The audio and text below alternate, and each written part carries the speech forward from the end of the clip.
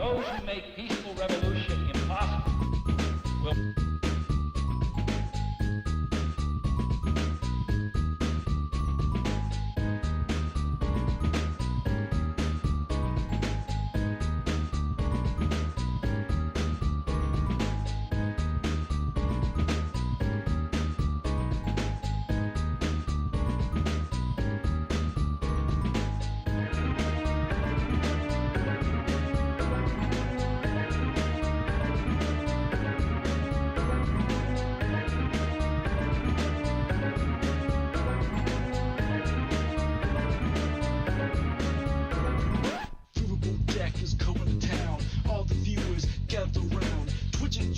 Swishy streams, all that content is bursting the seams. Politics, mainly, plenty more. Your sense of fashion, you'll adore.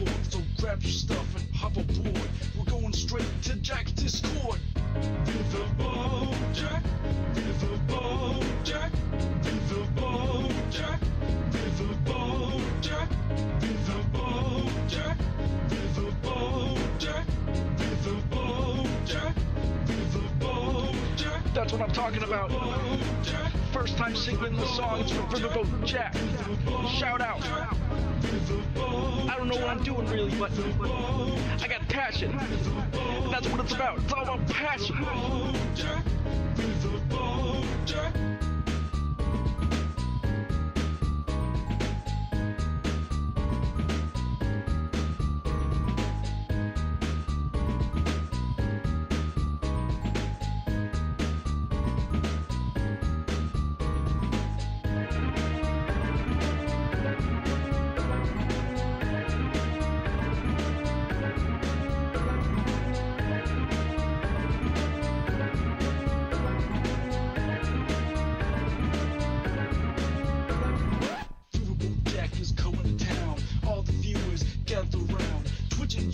Swishy streams, all that content is bursting the seams. Politics, mainly, plenty more. Your sense of fashion, you'll adore. So grab your stuff and hop aboard. We're going straight to Jack's Discord.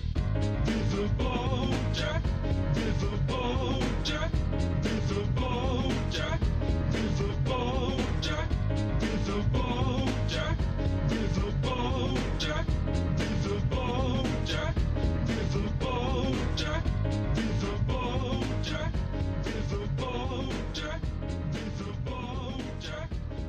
Bojack, Viva Bojack, Viva Bojack, Viva Bojack.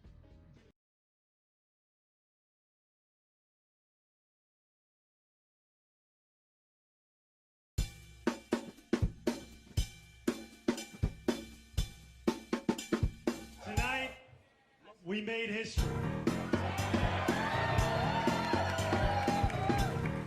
In the words of Nelson Mandela, it always seems impossible until it is done.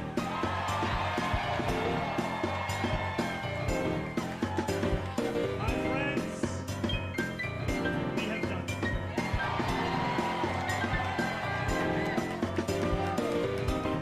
I will be your Democratic nominee for the mayor of New York City.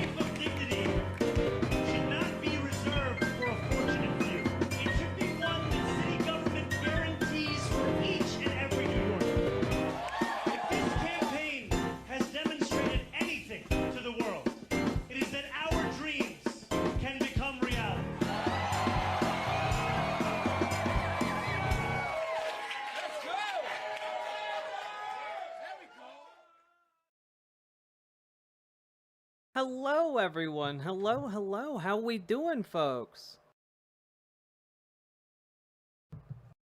How we doing? Whew. Hello. Hello, Van Briggs. Hello, Nightlight Plushy Jesus. Hello, Erica. Hello, Van Briggs. You got two hellos. Hello, Blueberry Bumblebee. Hello, Erica. Hello, Feistiest Bard. Hello, Lavender Nyan Cat. Hello, Regington Mogus. Hello, Jaden Puppy. Hello, DJ Ray, the Femboy Furry. Hello, Bubba Rainbow. Hello, Underground Uncle. Hello, Jordan L. Did I leave the United States? No. Hello, Double Chinsey. Hello, Bastion. Hello, Gamergy. You start your new job later this month. Congrats, Gamergy. Hello, my rear end. Hello, Nethercat. Hello, Punky Gal. Hello, Mathathiahu. Hello, Jazz Dog. I do sound quiet. No, this isn't the new studio. Like there's just a ton of stuff. Like there's the studio has to be finished. Actually has to be like finished and stuff, and then like then we'll be able to like move the furniture in. But the new studio is still coming along. It's gonna be like another week. Yeah, it's well, like the construction's been going quick, but they ran into some like issues. They had to get an electrician and a plumber to come out. Like it's a whole thing. Some undesirable surprises. Hello, hello, hello. Also, yeah, I thought my lease on my apartment was up, or rather the temporary lease on my apartment was up. I thought it was up tomorrow. And fun fact for you guys, it was not in fact up tomorrow. It was in fact up on the 4th. And so I had to do so much moving over the last several days. So much unpacking, so much crying.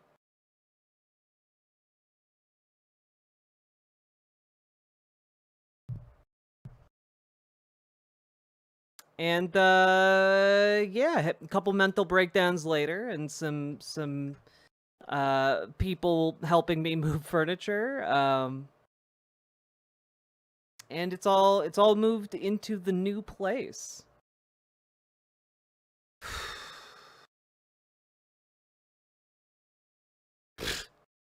No, M. Jones. I moved in with my partner. Moving makes you feel like, yeah, I've literally cried like every day for like the last week. It's not great. Oh,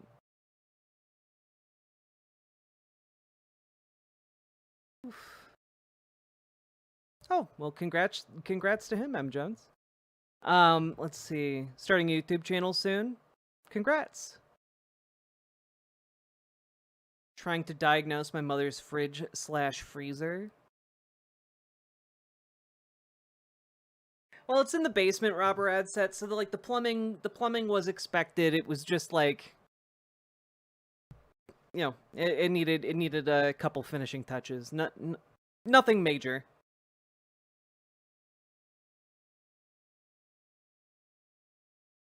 Oh, it's making a bad sound, TM.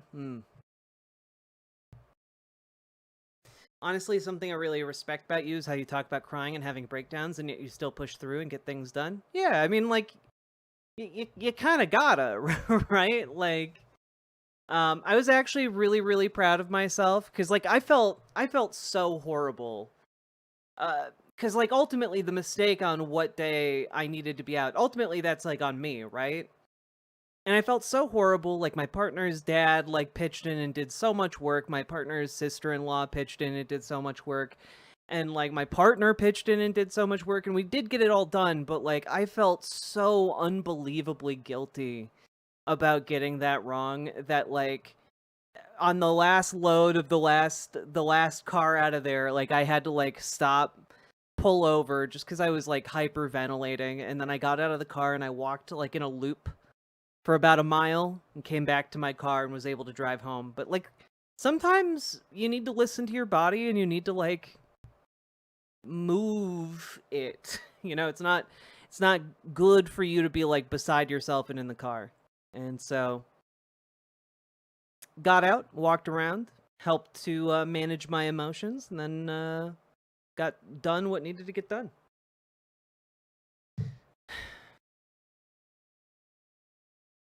Yeah, no random pipes in the wall rubber ad set. Spent 7 hours crying today. Well, I can't give a duck. I'm sorry to hear that, but go drink a glass of water, okay? It's a lot of crying. Hello, Lady Raincloud. Hello. Hello, Irish Witch Hazel. Oh, I need to switch YouTube chat into Biceps. Live chat. Biceps indeed. Can't wait to have my actual streaming setup done, and then I can have my weights again.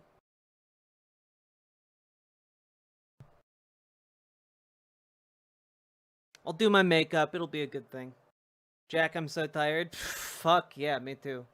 I literally woke up this morning, opened up social media, saw that what the UK was doing with trans people, and then just like had a good cry. It really fucking sucks. Welcome back, Jack. 3. Not smart. Thank you for the $15 dono right off the bat. Thank you so goddamn much. Oh, you're in the UK. That explains a lot. Yeah.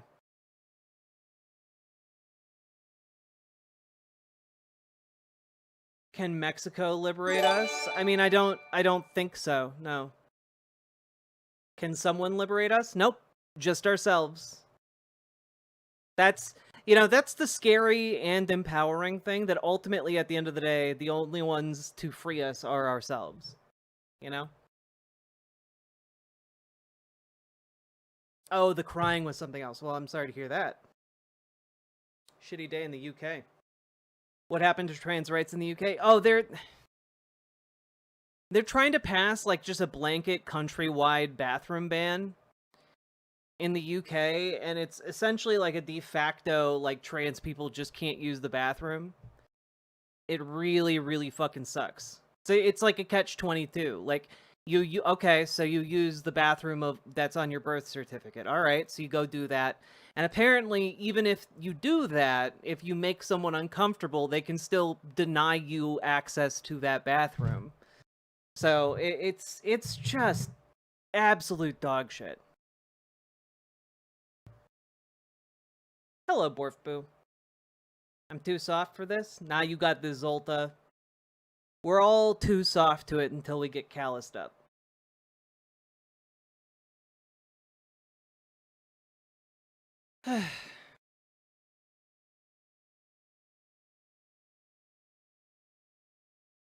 Bubba Rainbow, totally understandable. It is, it's difficult to like sort through the news and still kind of maintain your heart.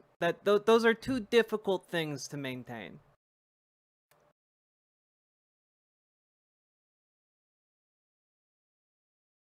I sympathize with that struggle. Well, and Creamy Hamster, I hear you. Every day, hope becomes a more distant dream. And yet, people always talk about hope as like this thing that you just have. Like hope springs eternal. But that's not really how hope works. Hope must be manufactured. It must be made. You must do something to engender it. What the fuck are you doing on this early? I have a life, that happens in the evening sometimes. So I thought I would get on early, maybe play a video game, maybe not. We'll see.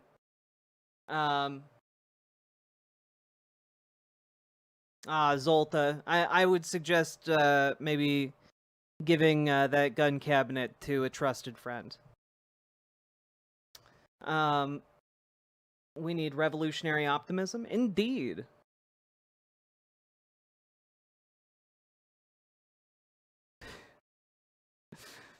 I will destroy the British Empire for good. Excellent. That's the kind of attitude you need, all right?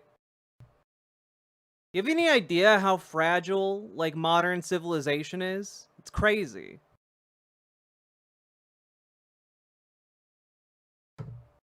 Be the wrench in the gears, you know?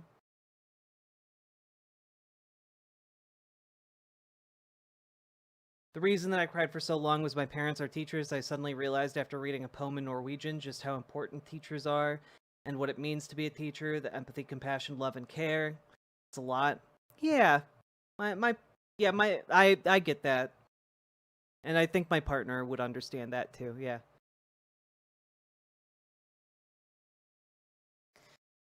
What game was I thinking of playing? I was thinking of either picking up Dragon Age Veilguard again, or trying to figure out what the hell was going on in Dragon's Dogma 2, because I literally just put that down one day and just haven't picked it up since. And I think that would be kind of fun. And then another option is a game called The Drifter, which I know nothing about, but was gifted to me by Sam and Moose, and Sam and Moose has a good taste in video games, so...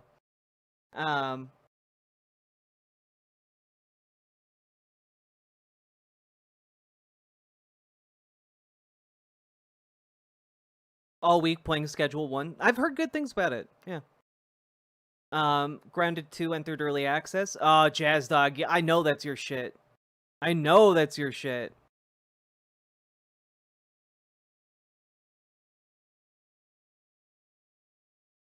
I've also been doing a lot of crying. I'm burnt out bad. I burnt out bad, and I'm still trying to recover from it. Feel so guilty and shitty because I crashed out and haven't done anything in like 2 months. Well, later in Cloud, I feel that. Like I've been riding that line of burnout, and yeah, I'm still riding it today. Like the fuck. But I'm glad you're getting some much needed rest because you were pushing yourself really, really hard. Boo. Oh my god. Oh my god. My brother is getting a puppy and I'm so jealous. It's so fucking cute. It's so fucking cute. You know, that's one thing they can't take away from us. Puppies, they're always gonna be cute.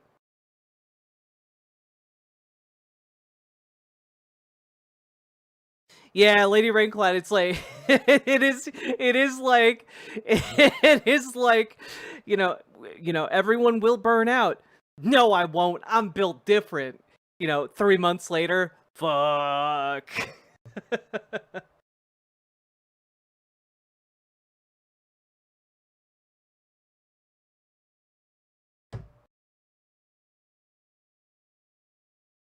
I am shiny. I moisturized right before this.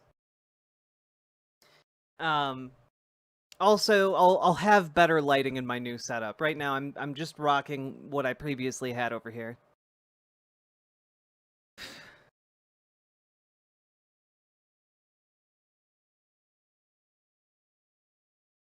Why y'all giving your puppies over to Christy Noam? What's wrong with you people? Y'all like Christy Noam will take our puppies? Like I'm stop giving her puppies.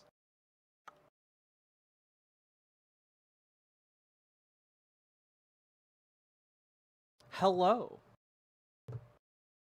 So I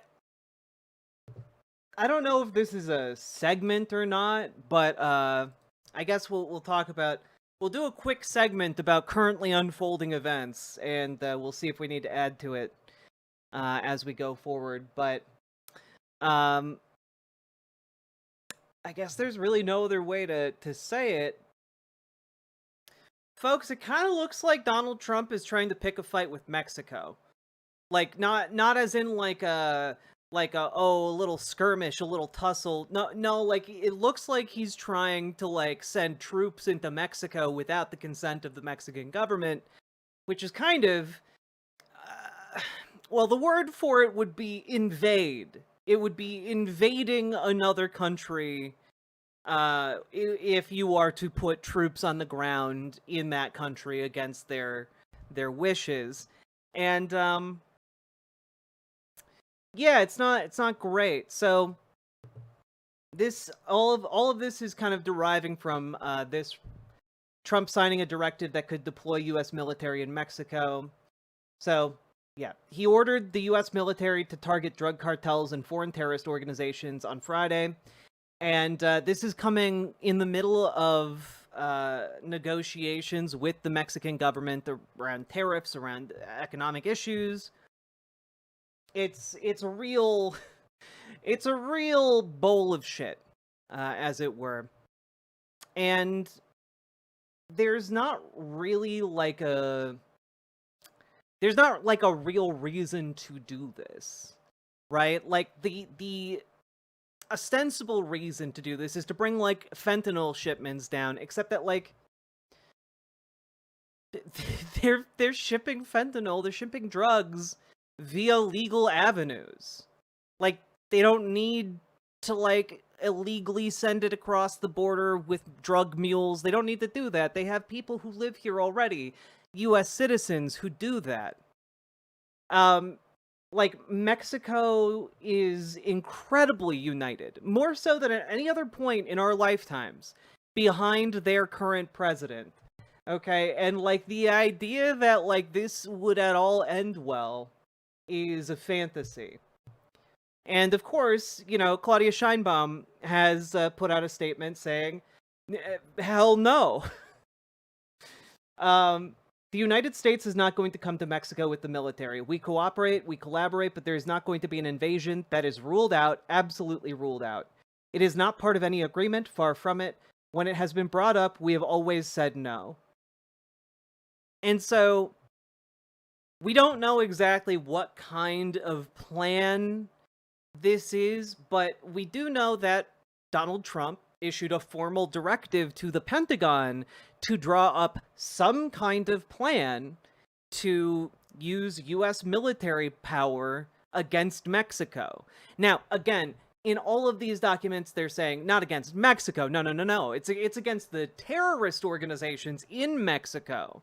It's against the it's against the cartels in Mexico, not against the Mexican government. Except that the issue is all those people are in Mexico, so you can't really like. I gotta be honest. If this starts going in a worse direction, like in a more, oh god, he's serious about this direction, I would have you all just kind of primed to expect the propaganda line is going to be something along the lines of these cartels hide behind civilians. You know, these terrorist cartels use human shields. I want you to expect that they're going to use the exact same kind of genocidal rhetoric that has been used to justify atrocities in places like Gaza. It is something you should kind of expect as a line of rhetoric to come out of this. So, one of the proposals supposedly is tactical bombing cartel regions. And I just have to say, you can talk about tactical bombing all you want, but like that you're what you're proposing is dropping bombs on a civilian city in Mexico. So this is all breaking news. This is all happening in the last hour. We will see what actually comes of this, because this could be, oh god, we're starting a war, or it could be it could be that we're starting a war because this idiot thinks that saying, no, we're just bombing the cartels is going to fly in international diplomacy. Or this could just be a, please God, stop talking about Jeffrey Epstein. Please God, stop talking about Jeffrey Epstein. And like, I in a sense, I don't blame him. It's probably awful for him, the poor dear, to have everyone talking about how he has been the best friend of the world's most prolific child sex trafficker. By the way, in case any of you haven't been paying attention to like the Daily Beast's podcasting world, they've been doing an excellent job finding different people who were associated or connected with Epstein who are willing to talk on the record. Not just Michael Wolff, who's kind of an untrustworthy piece of shit, but also like women who dated Epstein. You know, people who knew Donald Trump and Jeffrey Epstein at the same time, who are willing to come out and talk about that and talk about the details, right?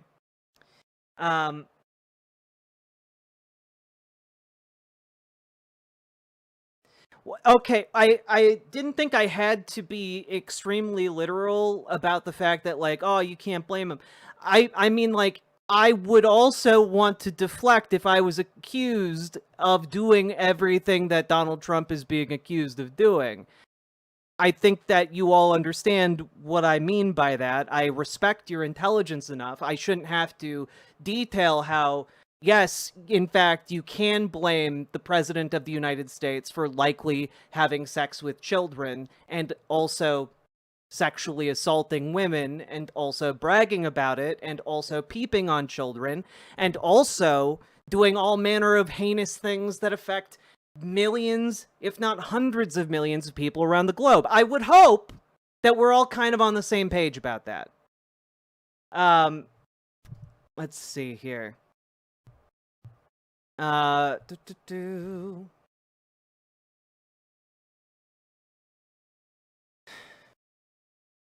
So, yeah, there is a lot going on here. Let's just take a look here. Depending on what the United States does, Mexico could pull back its cooperation on issues like security and migration if the White House acts unilaterally. Those people said they spoke on condition of anonymity to discuss sensitive internal deliberations. For months, Mexican officials have, in public and in private, flatly rejected suggestions of U.S. military action against drug cartels on Mexican territory, which, yeah, they should continue to do that. Ms. Scheinbaum said she would read President Trump's order. She said she had been assured that it did not involve the presence of U.S. military in Mexican territory. The issue of U.S. military action has long raised hackles in Latin America, where the U.S. has a long history of interventions. Oh, is that all we're going to say, New York Times? I'm so shocked. I'm so shocked that that is all you had to say on that one.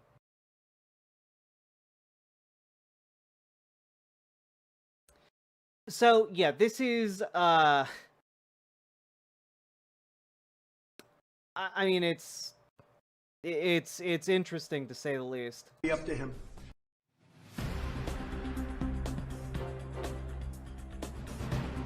Oh, that's about Putin.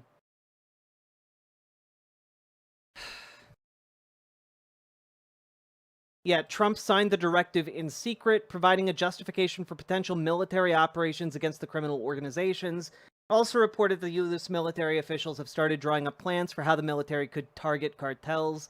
Any unilateral strikes against cartels identified as terrorist groups could also raise legal issues if individuals are killed who do not pose an imminent threat or who are not part of a conflict where Congress has authorized military action. And it's almost like, I don't think anything is gonna, I don't think that's gonna matter. You know, like, ultimately, like, it's like, well, you know, there might be some legal ramifications to this. If we're talking about, like, U.S. planes bombing Mexican territory, they are fully within their rights, internationally speaking, to fight back. Like, it is... We're in a truly dangerous time. Are we invading Mexico again? Why didn't anyone tell me? I mean, like, I mean, it's just that there's nothing good that can come of this whatsoever.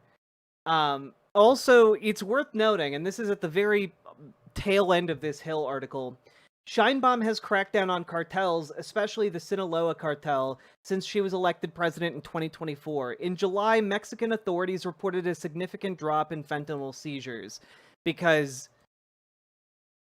they've been cracking down on the cartels with success domestically because that's their problem. Like, the idea that the Trump administration constantly puts forward, and the mainstream media is largely complicit with it, is that Mexico is just run by drug lords, and like, oh, it's all corrupt. They basically run the government. The Mexican government would never fight the cartels, and like, that's just not at all accurate. You know? At all. When's the battle between the Maxter Gundam and the Tequila Gundam? God. Sake Tanuki, thank you for the 5 tier 1 subs, and for referencing one of my all-time favorite Gundams, the Tequila Gundam. Which, if you guys haven't seen it,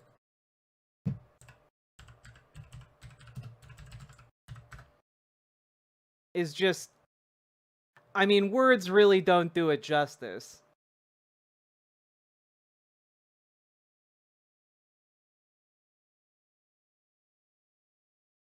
It's got a goddamn sombrero. It's got a goddamn sombrero. Yeah, it's from G Gundam. Seeing Freakier Friday today. Happy 8/8ths. Trump is in the Epstein files. Trump is absolutely in the Epstein files. Jupiter Quake, thank you for the $8.88 super chat, and I hope you enjoy Freakier Friday. And Sake Tanuki, thank you for the 5 tier 1 subs. God, it's just... We are currently teetering on like 5 to 8 different precipices where things could go horribly, horribly wrong. You know, between like the economic indicators being real fucking bad, between like Trump threatening nuclear war with Russia, to Trump threatening to bomb Mexico, this to like the insane tariffs that people are just now finding out are actually unilateral taxes being put on the American people by the president. It is just, yeah, it's a lot going wrong. A lot of things balanced on the edge of a knife right now, and one of them's gonna fall. God. How long until we find out it's more than just one Trump in the Epstein files? I mean, I do have to wonder, like, the Trump children have all gone oddly quiet around this Epstein stuff.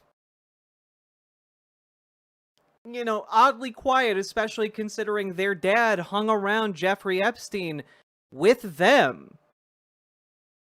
Like, there are pictures of them as children with their father and Jeffrey Epstein.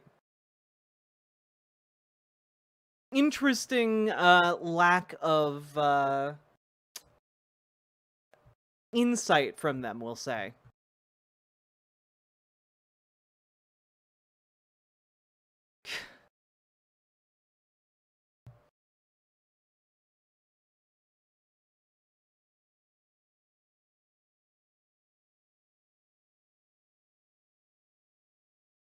Mexicans are bringing fentanyl into the country and addicting our citizens, yet cutting the same people and pregnant, addicted women a safety cord? What? The people who overwhelmingly bring the most fentanyl into the United States are U.S. citizens. They're not Mexicans. So, I don't know. We're in, someone asked, are we still in the cool zone? And the answer to that is yes. The cool zone doesn't mean it's awesome. It means that there is a lot of things happening that expand the possibility window beyond what it would traditionally be, right? Like, on an average day, Donald Trump is now doing at least one thing that would have, in a traditional presidency, in a non-cool zone time, gotten him, like, impeached and cut out of office. And, like, that is a symptom of the cool zone.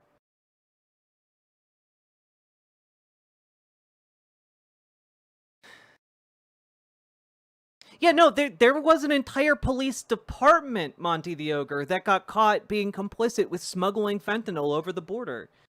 Like, it's nuts. And yet, we are still, as a society, lending credence. And I don't mean we as in you guys, but I mean as a society, the narrative is still, oh, the cartels are bringing the drugs here. Yeah, but the Americans are the ones bringing in the drugs.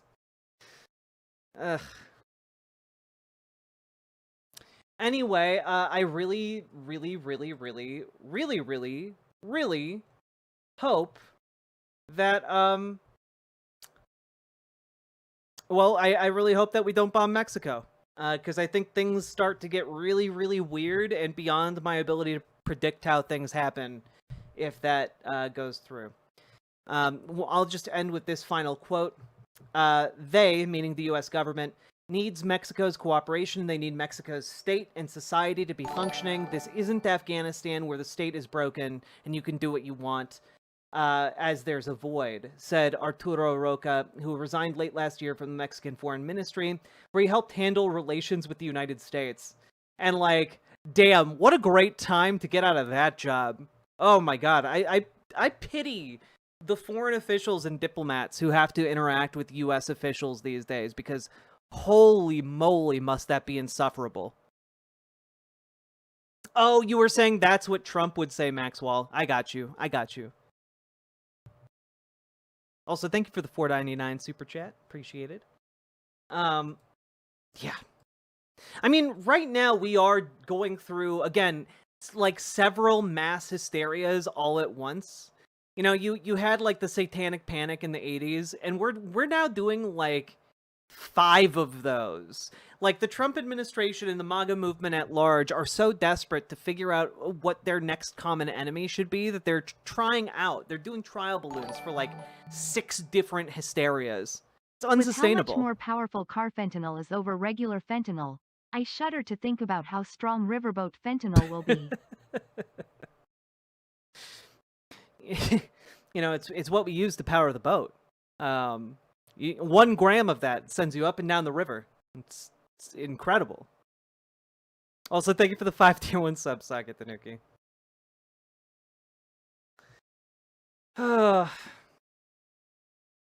Going to war with Mexico seems like some real invade Russia in the winter vibes. It does. It really does.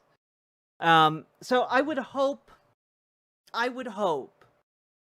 right, that this is all just posturing, again, to change the narrative away from Epstein, again, to try and make this a, I don't know, like a thing that they can rally the base around to, like, jingle the keys to get them off the Epstein trail. Literally anything, you know? Have I seen the new season of South Park? I've seen like 5 minutes of the first episode. South Park has never really been my thing. Train fentanyl would be the most efficient, though.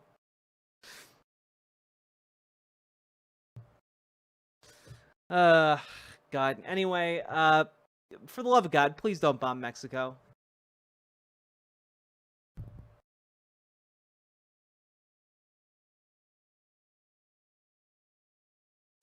Jack, all I hear is Epstein, Epstein, Epstein. Indeed.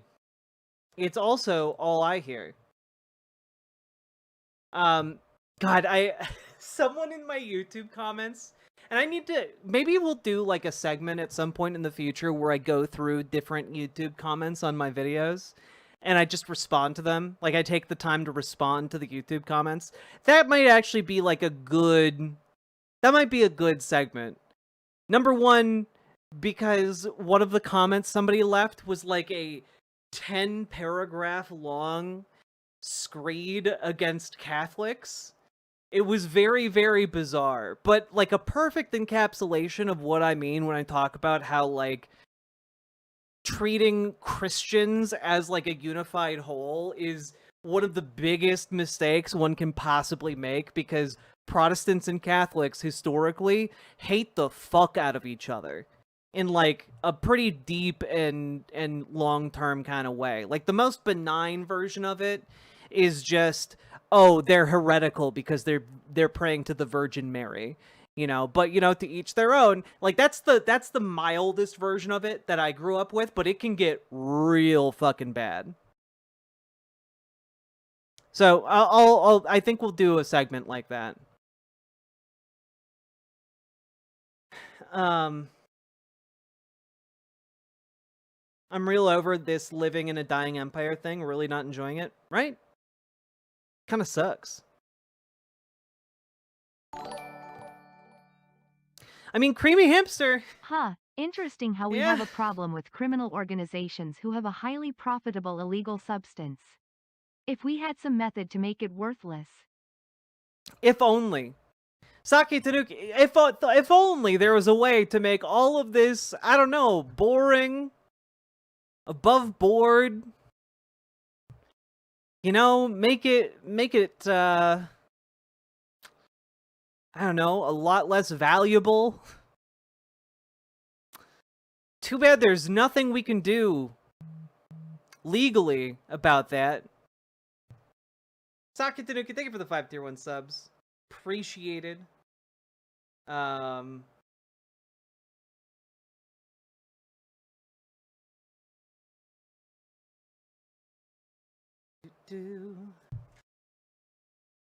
Tired of living in interesting times, indeed.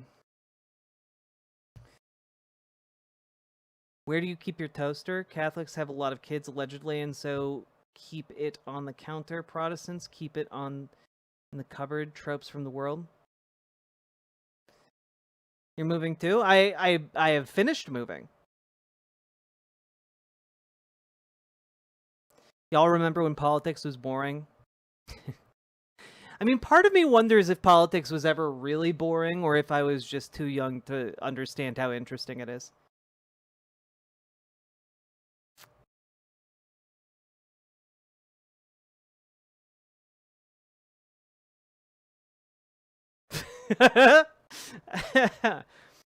Oh god, French toast, man. What an excellent pastime. When I was an OG disturber on IRC, I used to go into hashtag Bible chat channels, introduce myself, and ask if someone could explain the doctrine of the Trinity to me as I was having some difficulties, and then I opened the lawn chair and watched the fireworks. I mean, you're not wrong.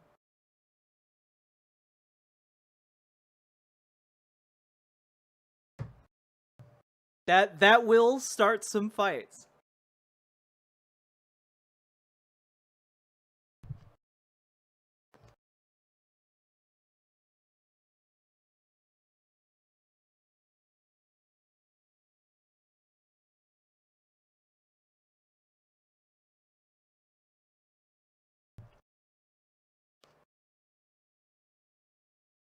See, I don't know if like social media would make politics more or less boring. You know? Like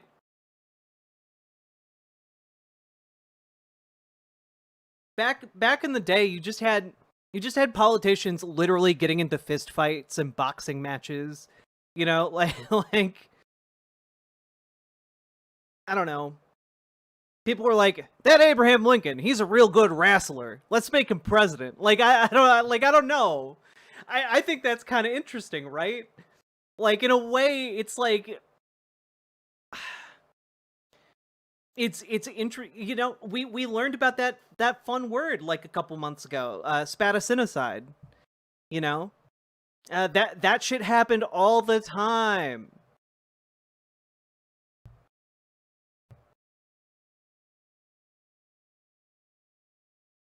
We could be without social media. We could be living in the revival of the spadassin. Okay, that'd be amazing. Politics would be so much more interesting.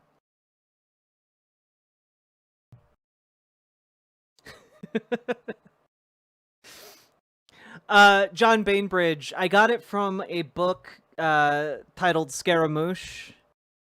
It's a book set during like the French Revolution, like the early lead into the French Revolution, and then throughout. And the end of the book has the main character become a spadassin, which is basically someone who is an expert fencer or a fencing master who is kind of brought in as like a ringer to kind of rig duels.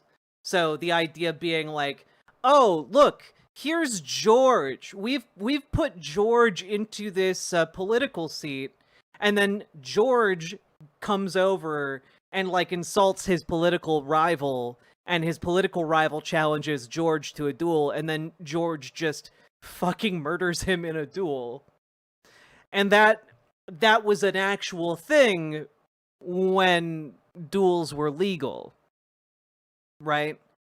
So a spadassinnicide is basically you are just really good at fighting, more so than one might expect, and then you kill your opponent in a political context.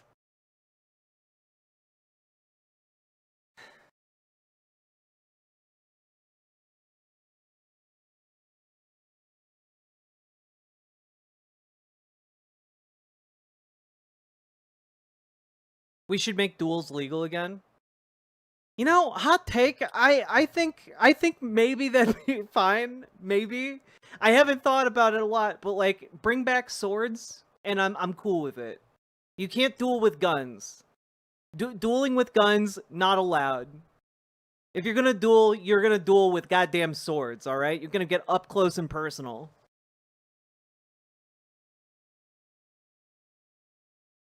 See, that's the thing, Jaden Puppy. Legalized duels should only be done with swords. Tina 2, thank you so much for the raid. Not old school pistols? Nah.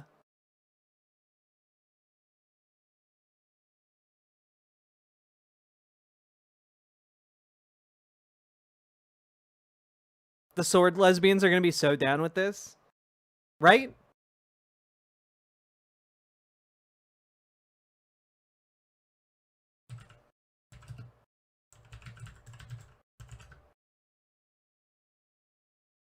Look, all I'm saying is that if we made duels legal again and got Alana McLaughlin elected to a position somewhere, I do think she could go very far in politics if we legalize dueling again.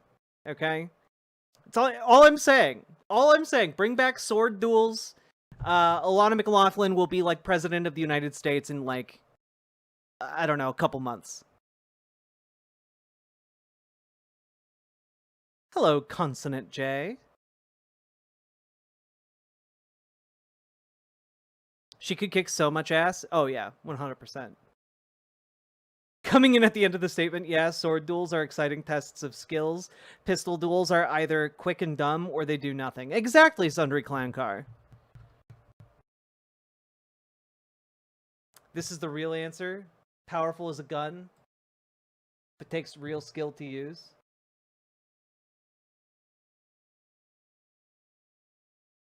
Oh, that is pretty cool. Yeah, slings are scary as fuck. Like if you're actually good at a sling, you're basically like a ninja. You're basically a goddamn ninja. Hello, Metal Kitty Mom. War with Mexico? Yeah, Donald Trump seems to be sending messages to the Pentagon to perhaps unilaterally bomb cartels in Mexico. We'll see. What happens. Consonant J, you can't leave a comment like all you need is a strap in my chat. You can't do that. For reasons.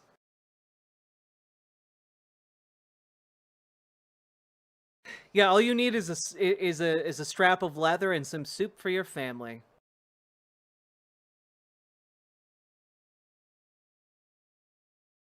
Did I say something wrong? No, you said something right.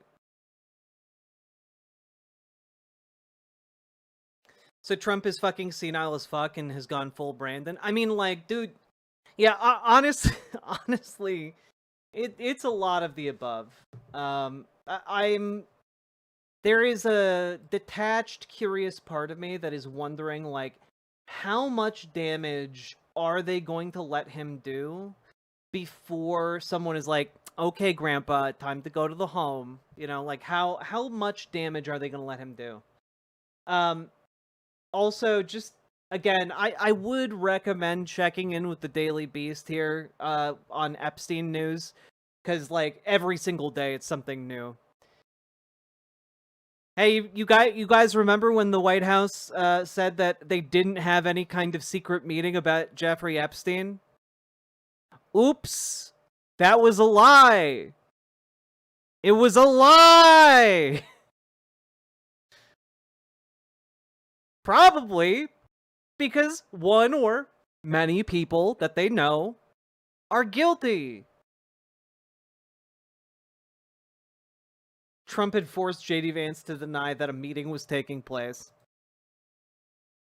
The White House lied? Shocker. Yeah, also, did you guys hear? Ghislaine Maxwell said that Trump wasn't in the Epstein files. So, case closed. But hey, wait a minute. Why did they move her to a minimum security facility in Texas for seemingly no reason? That is described as basically a summer camp.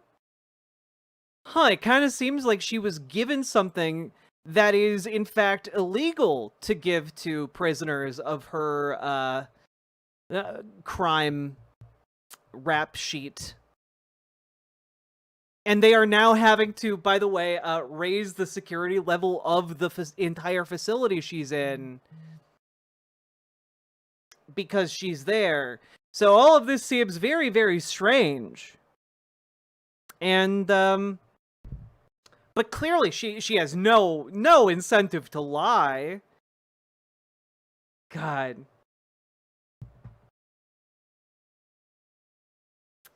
Everything is so stupid. We live in such a goddamn stupid timeline. Also, worth noting, everybody, I don't want to talk about AI because I will want to bash my head against a wall, but yeah, hey, maybe we shouldn't be integrating this technology that when when talked to causes people to go into spirals of delusion. And not only does it do that to people, it does that to itself.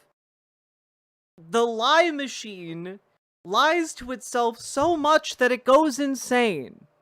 It lies so confidently to human beings that it drives people mad. And all I'm here to say is we need a Butlerian jihad now, okay? That's my only real statement, okay? Ugh. Disgusting technology. And also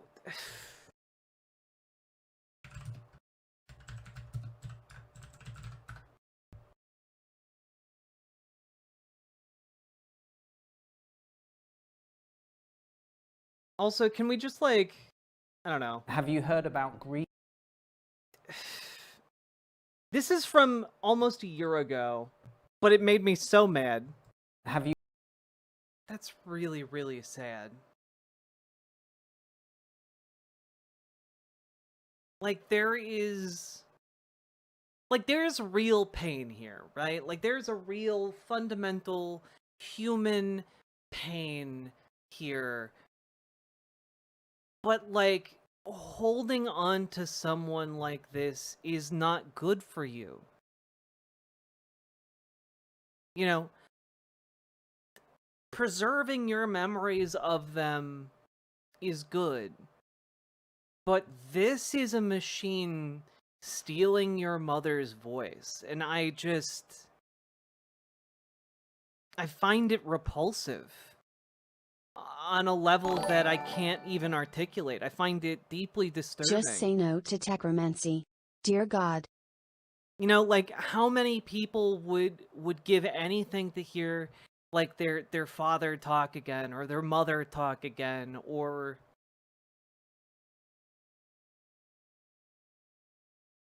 You know, like, people would give so much.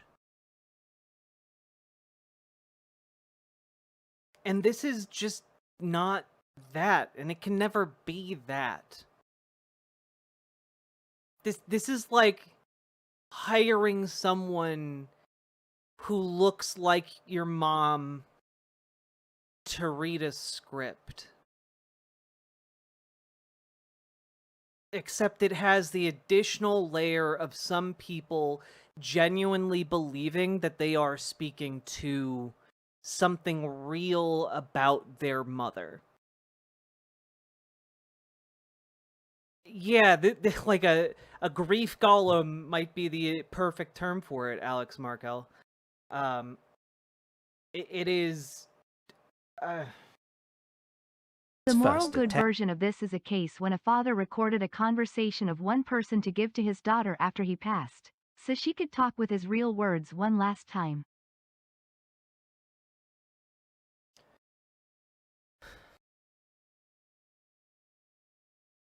And I think that that's fine, right? Like, I think that it's fine to, like, record messages that get played after your death. I think that is totally fine. We'd all agree that that is fine.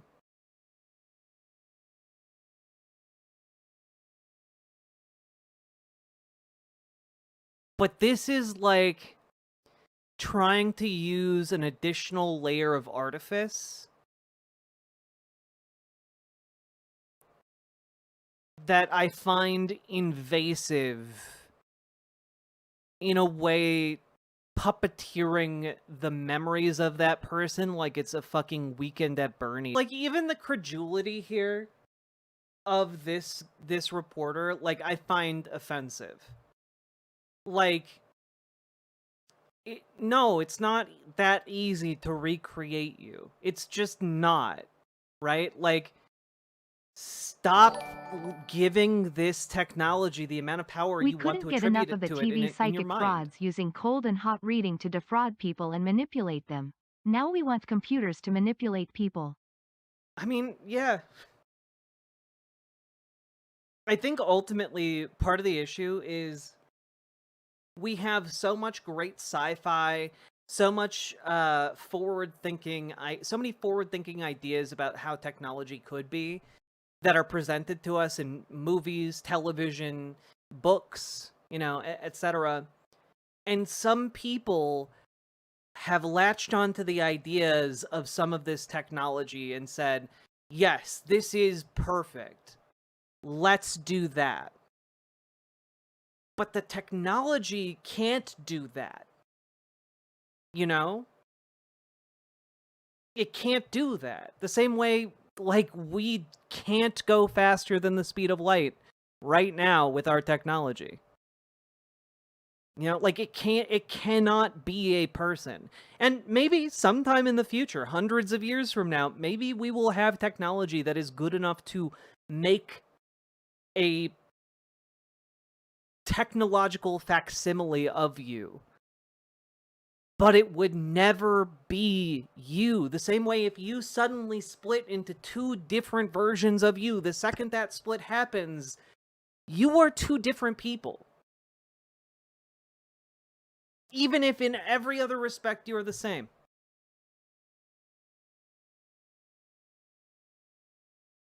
I see how, like, this technology would absolutely break people. Like, people already, sans any other kind of input, think they're being connected to, like, their deceased loved ones. If we could do a one-to-one recreation of a person, you'd bet the right would have used it to copy their worst people endlessly. Army of Charlie Oh, Kirk clones. God. Each iteration, the forehead gets slightly larger to display dominance. Sake Tanuki, thank you for the 5 tier 1 subs. It's just... And no, I don't think that these are weak-brained people. I think that people just naturally find it difficult to connect with an idea of becoming nothing. You know, becoming non-existent. And like, I think that's it's hard when that gap needs to be bridged and you're talking about you have an understanding of a human being, another human being that you loved with everything you have.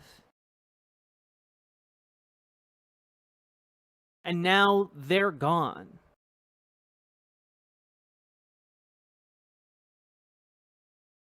It is difficult to reconcile with that reality.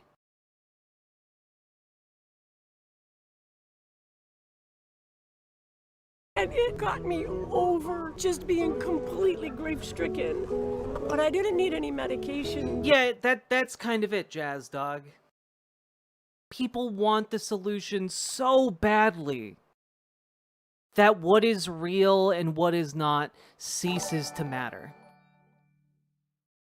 Real grief will produce manifestations, but they will fade. AI will force it to persist. WCL come back.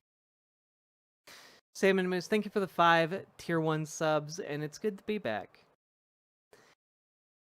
But I've been thinking about this as well in other contexts outside of just grief. You know, outside of just, you know, people want something to be true, so damn the reality.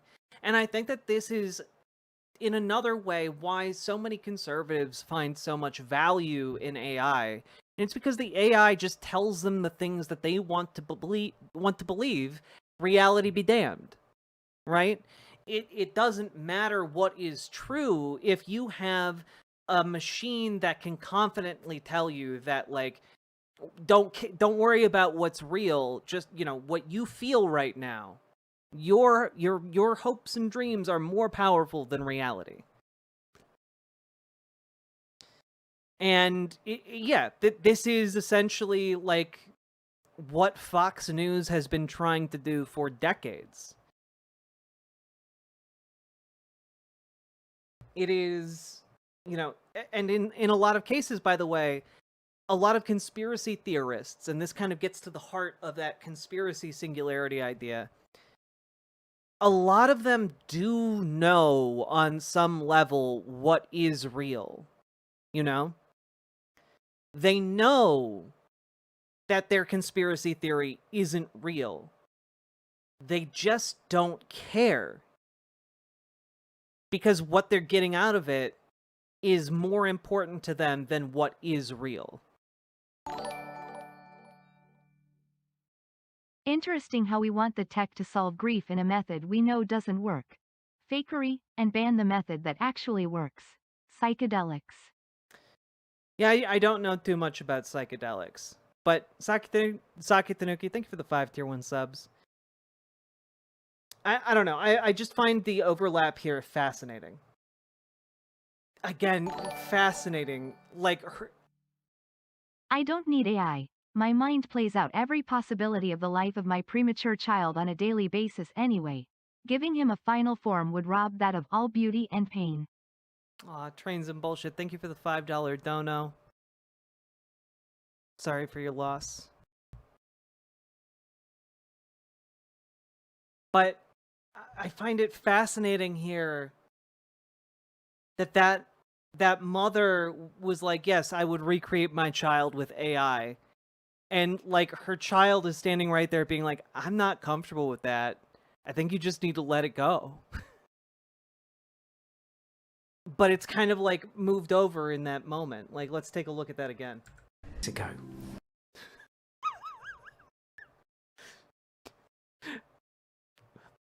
The out's pretty cool, I guess. Eating a lot of fish. kind of gassy. Oh, interesting. Psychedelic experiences after bereavement improve symptoms of grief. That is fascinating. I'll read this more in full later.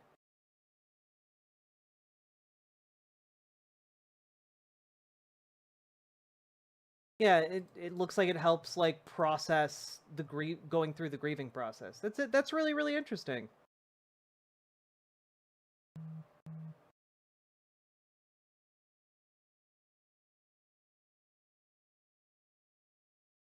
An 83% improvement? Crazy. Okay. Jesus.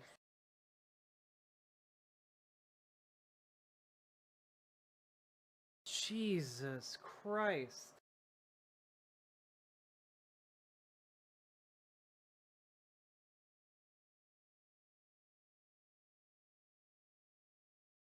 Like,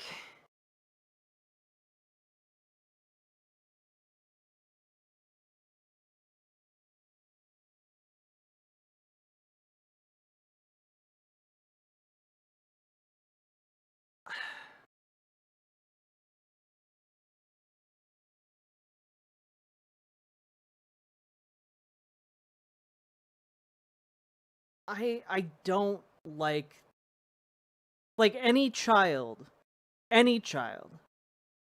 is going to say, "Yeah, I want a piece of you if you die." Like I'm gonna still want you to be around.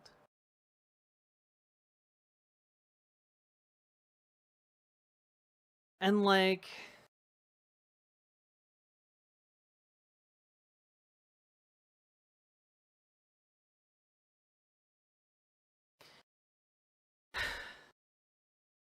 there's I just this is an unspeakably bad idea, and like I'm having difficulty processing this.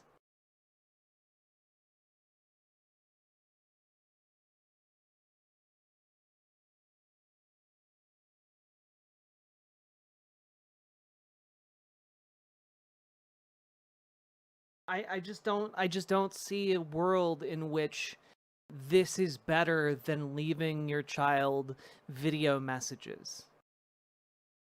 Like, write down letters, record videos, talk to a voice recorder, do anything other than this. I mean, it really is demon tech, you know? Like this technology is it's breaking people in like pretty fundamental ways. And I understand here he's talking about like if she died, right? But like understand that this also opens the door for like, okay, what if she didn't die though? What if she just genuinely got a divorce?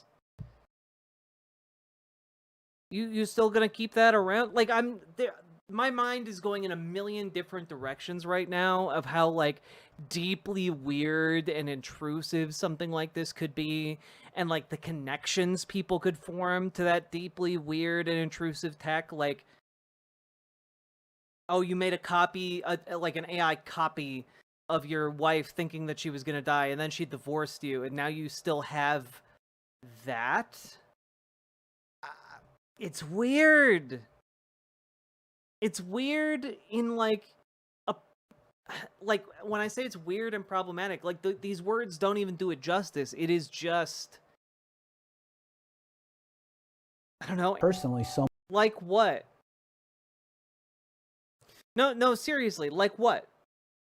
I want the follow-up question. What beautiful things are you envisioning happening here? Well, chat, now they can recreate us from our chat logs. The AI will start dropping puns at an alarming rate and hallucinate Jim Waters and his many schemes. That's right. I'm gonna start replicating all of your AI chats. God.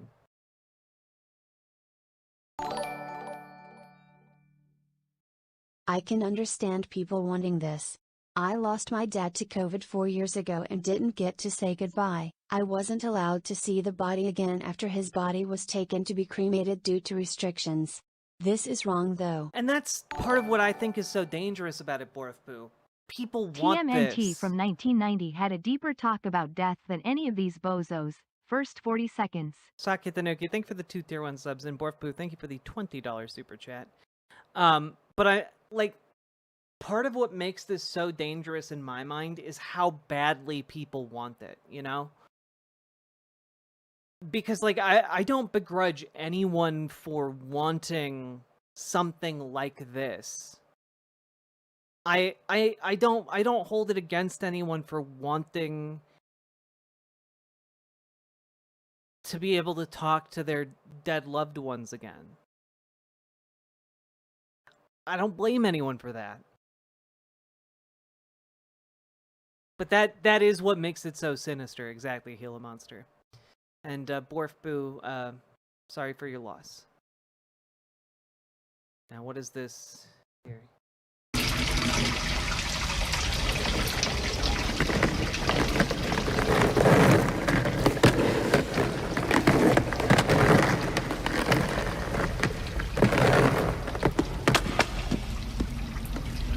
How you doing? Hi. Nice night. Mm-hmm. Pizza dude's got 30 seconds. Mm-hmm. Hey, Mikey, did you ever think about what Splinter said tonight? I mean, about what it would be like. You know, not having him. Time's up. $3 off.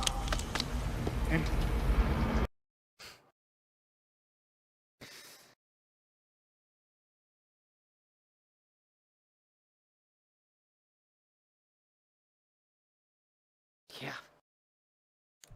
I mean, that is the... yeah. That is like the...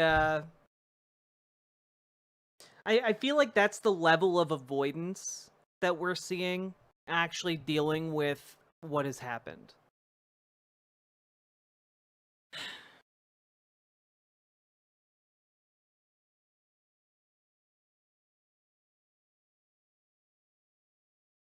God.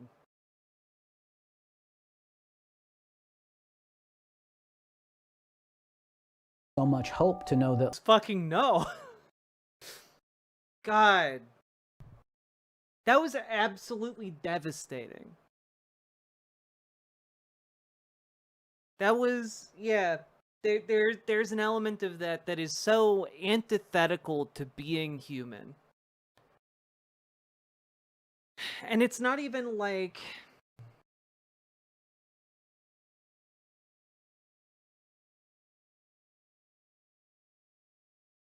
I mean, it's not even antithetical to being human, because wanting that is a very human thing, but I think there's a difference between wanting it and ignoring the fact that it is manufactured, that it is, you know, it's smoke and mirrors, it's a parlor trick.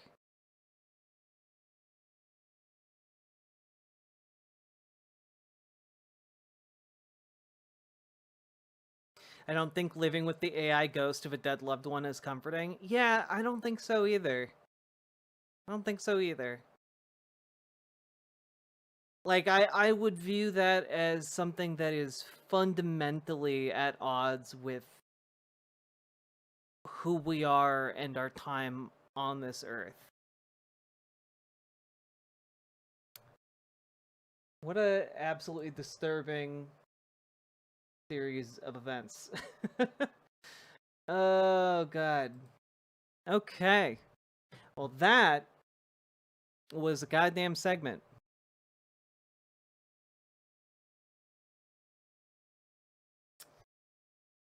Remember to like, comment, and subscribe. It's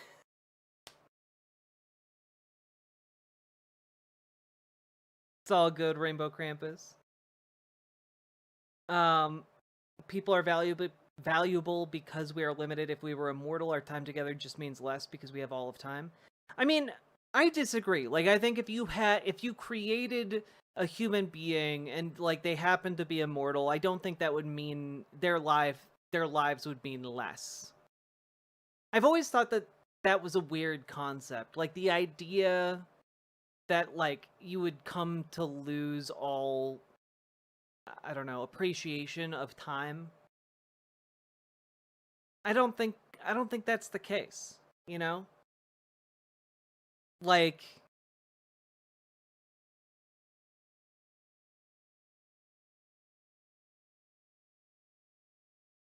yeah. I've never been I maybe I just have so much curiosity about the world, I just don't get it. Exactly. Like in the hit Netflix classic Castlevania, Dracula loved his wife even though he was immortal. Exactly.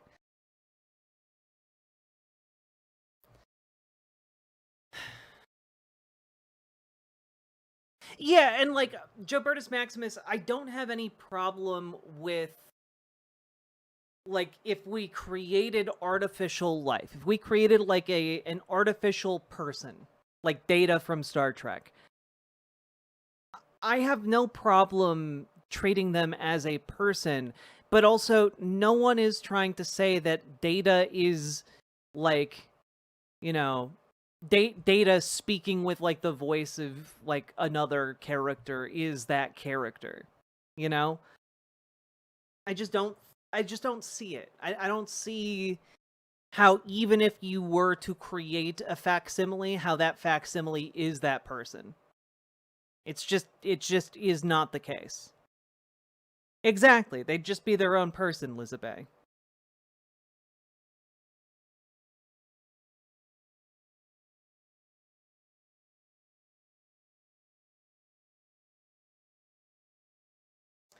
No, I think Dracula is an ultimate wife guy, and I think Dracula would love his wife even if his wife was immortal.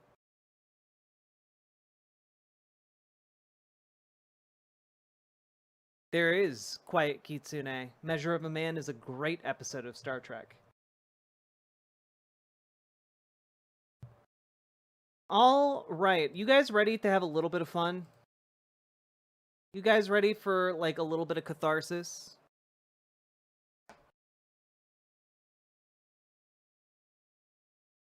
Also, folks, remember, if you are enjoying the stream or getting anything out of today's stream, hit that follow button, hit that subscribe button, hit that like button. Do the things. Hit the buttons. Consider supporting stream. And, yeah. Next week, we're going to be more in, like, the actual swing of things. And the week after that, by the way, I'm going to be out of town for a much-needed vacation. Monday through Friday.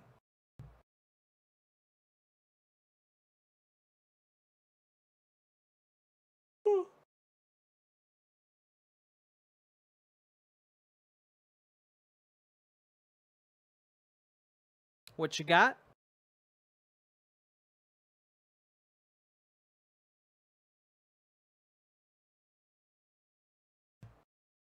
Glad you're taking some time. You work pretty hard. You know, I ideally I wanted to like get my move done in like a day or two, and hey, guess what? We did. But by the time that vacation is over, I might take one extra day to like kind of set up stuff in my new office because I think it should be done by then. And then we'll be good to go for a bit. We'll be hitting the bricks. Yeah, I was actually talking to my therapist about how stressful the move was, and they were like, moving is like in the top 5 most stressful situations a human being can go through. So I felt a little bit better knowing that.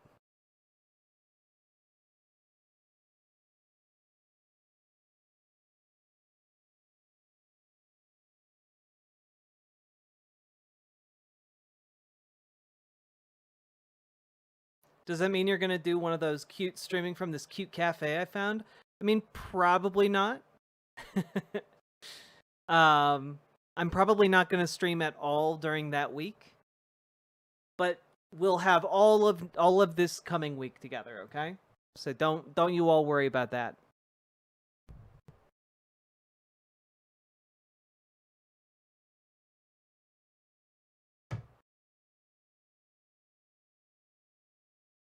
Now, I do know, however, that you guys need content, or you might die. Okay? To that end, I thought we would watch the Representative Mike Flood town hall. A town hall with a Republican, and this is in Lincoln, Nebraska. And I thought we'd have some fun. Let's see how well a Republican congressman does in Lincoln, Nebraska. I mean, clearly this must be like a conservative stronghold, right? Take a look. There will be 2 question and answer options, and we'll alternate.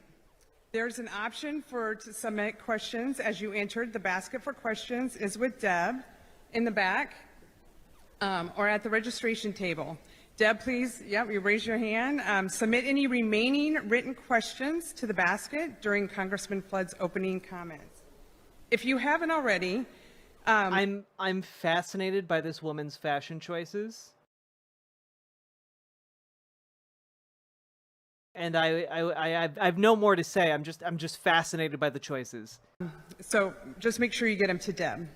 There will also be an option to ask questions at the microphone. Taylor will stand at the front of the room on the left, your left. Just all of the pearls, all of the pearls being clutched around that neck, and the hairstyle from like 30 years ago. Like I'm not mad. I'm just kind of like, huh, really owning it. With the microphone, and Taylor will be standing right here. Her fashion choices, I'm not straight. I don't know. I can't tell if this is lesbian fashion or if it is Nebraska straight. I don't know. It's one of the two, though. We'll limit 30 seconds to help ensure we can get through as many people as possible. The microphone will go silent after 30 seconds. Taylor will have a timer that... Look, I don't think she's bisexual. That's my hot take, all right? He will keep for you. Written questions and questions from the microphone will be alternated every 3 questions. I will draw questions from the basket, and so with that, we'll get to the point of the program and start with Senator Ballard, who will deliver the invocation.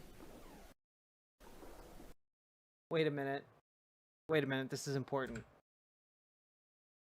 Start with Senator Ballard. So with that, we'll get to the point of the questions from the basket. And so with that, we'll get to the questions and questions from the microphone timer that he will keep for you. Written questions and questions from the microphone will be alternated every 3 questions. I will draw questions. Damn it. Questions from the basket. And so with that, I can't tell if her nails are short. I can't tell. We'll get to the point of the program It's and fine. It's not start important. with Senator Ballard, who will deliver the invocation. Thank you, Kim. Please bow your heads with me. Heavenly Father, we come before you with gratitude for the gift of freedom that we enjoy as Americans. We ask for your... Okay. So, this is weird. Your blessing on this town hall, and that each of us will recognize the dignity that you placed in every one of us. Pray that you will guide our words and our actions and our dialogue. And we just thank you for Congressman Flood and his heart of service. We just pray this all in your heavenly name. Amen. I unironically think this prayer at government function shit should be illegal. I mean, I agree. I find it very weird.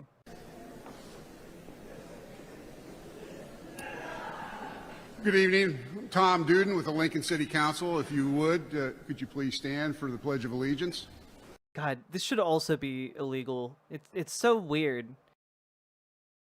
Also, with a name like Tom Duden, like it should be legally required to wear a backwards baseball cap. with a beer on either side and straws whirling down into his mouth. I pledge allegiance to the flag of the United States of America and to the republic for which it stands, one nation, under God, indivisible, liberty and justice for all. It was at this moment that they realized they were going to have a really bad time.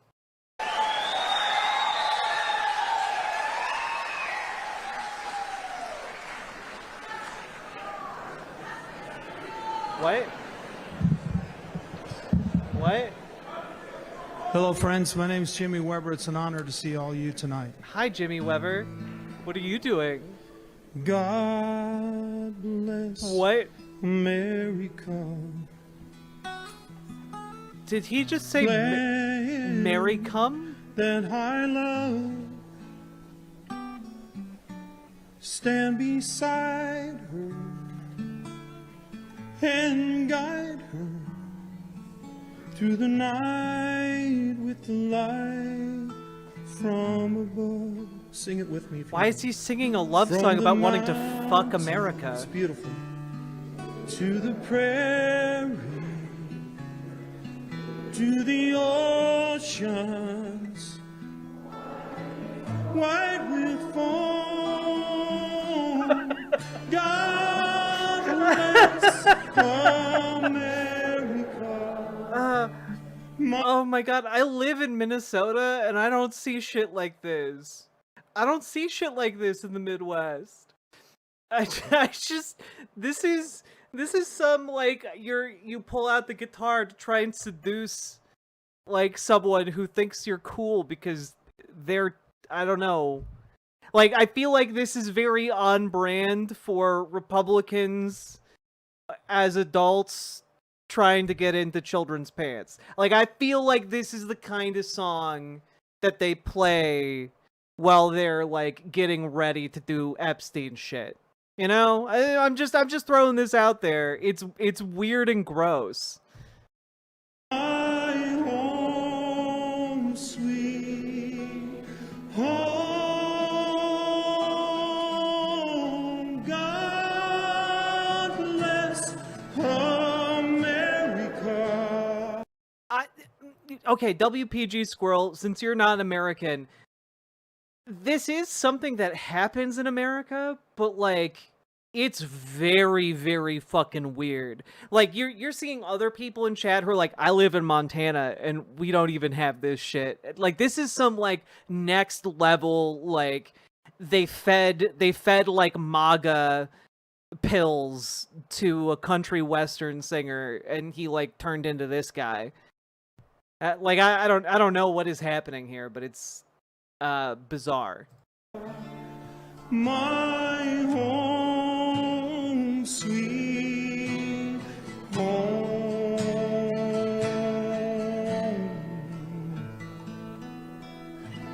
And, like, I guess that would have been fine at, like, a roadside cafe in the middle of nowhere, but, like, at an actual town hall that is being done to, like, have the people be able to air their grievances, this is weird.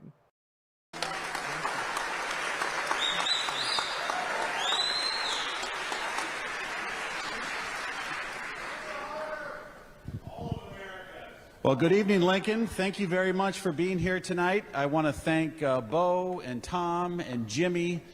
Jimmy's had a long career in the United States Air Force. Dude, does this guy have, like, an obscene amount of bronzer on his face? Is this guy, like, pulling a Donald Trump? From the Bellevue area. area. Just bad lighting? And I've seen and heard him perform before. He's been at the Final Four. He's performed guys see in what I'm Omaha talking all about? over the place. And it's an honor to have him here tonight. And it's an honor to have each of you here tonight. I know that many of you stood in line for a long time. I know that many of you have made this a point to be here. And here's the deal. And I said this before in Columbus, and I said it in Seward. And between Seward and Columbus, we've had well over 900 people come to these events. And tonight, my guess is we'll be at 750. I want to thank UNL for allowing us to be in the Kimball Recital Hall. Nah, dude is wearing shit makeup. Look at that. You can see the sideways view. Look at that. You can see it. You can fucking see it. Kimball Recital Hall. And the thing that I want to... Dude has Trump juice all over his goddamn face. Impress upon you is no matter if we agree or we disagree, the fact that you're here tells me that you care. You care about your state, you care about this city, and you care about this nation. And so I want to show you the respect, and I want to give you a short introduction to some of the things that I've been working on, and then I will take your questions. I will talk at length about how I'm killing the poorest among you to feed the billionaires. Will stay until 6:30 tonight. Actually, to be clear, 6:27. This is being broadcast, and we have a start cutoff at 6:27. So let's just get right into it. You know, I can't tell you enough how much I appreciate being here with you, and I will also tell you I hold myself to the standard of being accessible. I did a telephone town hall last week. I'm here tonight. If you have a question, every single person that calls into my office, I get a printout the next day. I read every single summary of every single call. By the way, those summaries can be like one word to sum up an issue. Just as an FYI, it's not actually impressive. It helps me do my job better. Sometimes I have the ability to call people back and say, hey, give me more information, or this looks like casework. Let's take care of you. Tonight, you're going to have that same opportunity. And if you do have something that requires the help of one of our staff members, Carter, can you wave your hand? He's around here. We've got Deb Shore, who's over here. She's the district director. We've got Monica's here. We'll get you directed over to them, and we'll take it from there, and we will follow up with you. I'm very pleased to say that every direct question that I've had from one of my town halls, I've been able to follow up directly and be able to solve whatever casework they had, or at least get them an answer. So with that, and I know this is probably going to be met with some resistance, I want the opportunity to tell you and talk to you about health care in the bill we just passed. I want to go right into this bill because I know this is something a lot of people have questions about. And quite frankly, from where I sit, there's been a lot of... And quite frankly, I have prepared a 12-slide PowerPoint in order to frame it in the best possible light so that you guys don't try and kill me after this. Misinformation out there about the bill. Okay, let's start here. Let's start here. The first thing, and for those watching tonight, and I know we have a television audience out there that's also wanting to hear answers to some of these questions. So in deference to them, please let me tell you why I voted the way I voted, and then we will take your questions, and you will have an opportunity to get answers. First thing, we have two separate programs. We've got Medicaid and we've got Medicare. There's a lot of people in this country that don't know the difference, and I'm not saying it for any reason, between Medicare and Medicaid. So let's review. Fun fact, he's going to be like, we only cut Medicaid. We didn't cut Medicare, except, fun fact, they're going to try and cut Medicare. This flood watch has become a flood warning. Hey! Da-dun-ch. Saki Tanuki, thank you for the 2 tier 1 subs. But, guys, understand that part of what they are doing, part of the Republican plan for this bill was to pass this bullshit spending bill, right? And with the understanding that it massively spikes the deficit. So, what that can actually do is trigger cuts to Medicare. It is their backdoor deal to try and cut Medicare as well as Medicaid. To be fair to the singer, Republicans 100% want to fuck America. They just don't want America to come to be otherwise satisfied. Damn, Pluvius. Thank you for the $5 super chat. With Medicare, it's available to people over the age of 65 for their health care, regardless of their income. This is a promise and a contract between you as an American and your country, and we did not make changes to the Medicare. Yeah, somniostatic, I also forget what it's called. It's not rescissions. It's a different thing that is escaping my mind at the moment. Jobertus Maximus, no, the budget bill itself only cuts Medicaid, but due to the level of deficit spending that is in this bill, it triggers a different law that Republicans passed like 10 years ago that requires like Medicare to be balanced in the budget or something like that. And long story short, they're going to cut Medicare as well. Care program. So if you're watching this, and let's say you're 78 years old and you hear Medicare, you need to know you will not see any changes. And the reason I think this is important, and this is because I know there are questions about Medicaid, and we're going to get to those. But there are a lot of very good people of advanced age that hear some of the rhetoric about the bill, whether it's true or not, and they think it's going to take their health care, and they're 78 years old, they're on Medicare, and if you're watching tonight and you get Medicare, you do not have to worry about changes to your program, okay?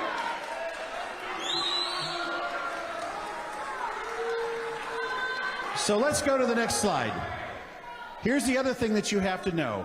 And I cannot take credit for this. Your governor, Jim Pillen, and your legislature.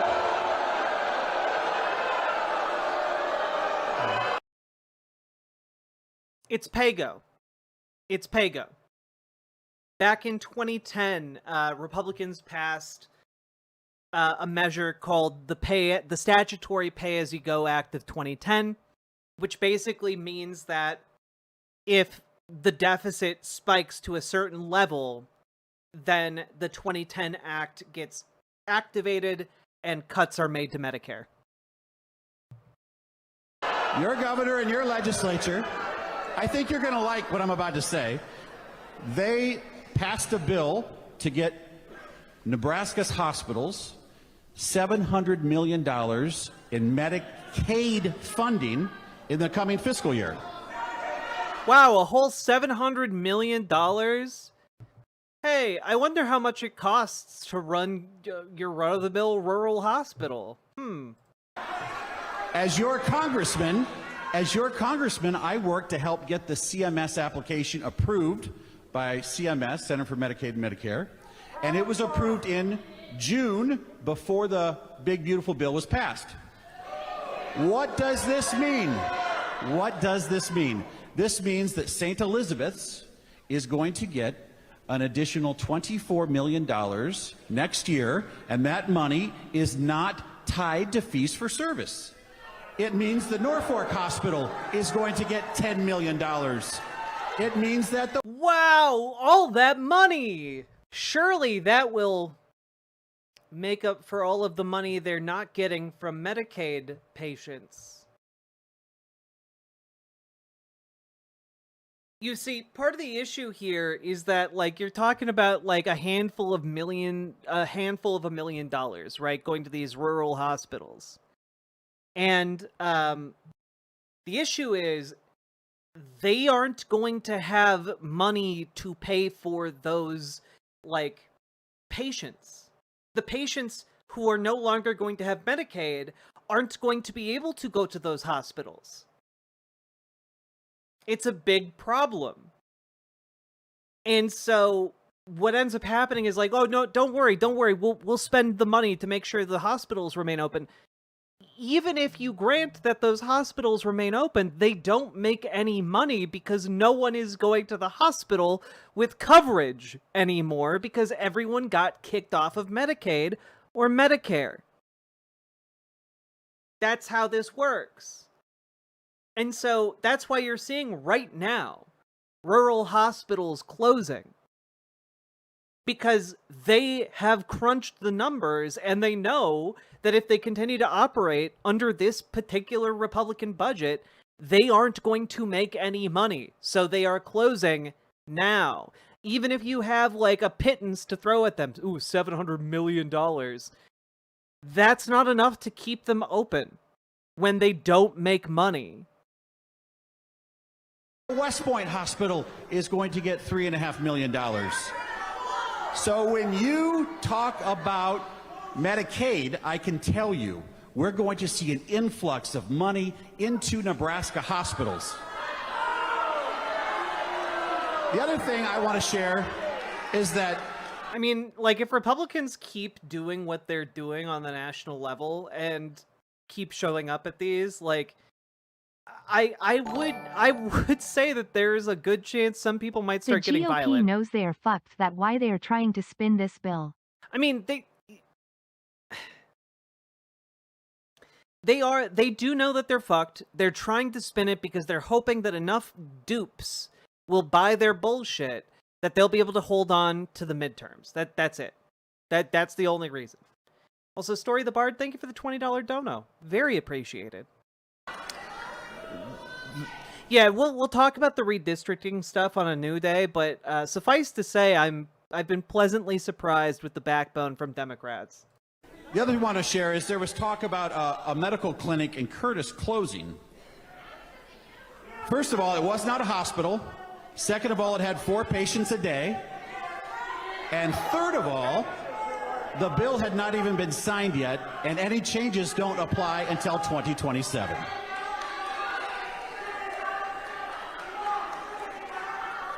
The other thing that the big, beautiful bill did, the only way we're going to get through tonight is if I get a chance to tell you why I voted, because ultimately I represent you, and you will... Ultimately, I need to run out the clock, because if I don't, you guys are going to get so fucking mad at me. Much like the Nazis, they're trying desperately to Polish this turd. Oh, God, they're trying. They trying. Sake Tanuki, thank you for the 2 tier 1 subs. Have your say. If I don't filibuster this town hall, you guys might ask me some really, really inconvenient questions, so I need to minimize the amount of time you guys get to talk by doing my 25 slide PowerPoint. Okay. The other thing that we worked on very hard, and something that I personally invested a lot of time into, was making sure we could get a $50 billion fund, a $50 billion fund for rural hospitals. $50 billion. Places like Scotts Bluff and David City and Falls City and Pawnee City. I am planning to bring... Yeah, and we all know that the reason you needed to provide additional funding for those hospitals was because they're all so profitable and all, you know, they're constantly seeing so many patients with private health insurance that aren't going to be affected by this. Right? All they needed was the extra money to stay open. Right? Nah. This is a band-aid for a gushing amputation. CMS officials to Lincoln, to Nebraska. Yeah, no, that guy is chanting Free Palestine. So that our Nebraska hospitals can tell them about some of the challenges that we do have. The next slide talks about the 2 big... Yeah, I mean, like, guys, the idea that, like, Gaza, the genocide that is unfolding in Gaza is at all limited to, like, you know, the coasts. Like, nah, this issue has permeated the entirety of the interior of the country as well. Like, there is not one corner of this country where people don't know what's going on in Gaza. Keep making noise. Big changes. The next slide talks about 2 big changes to the Medicaid program.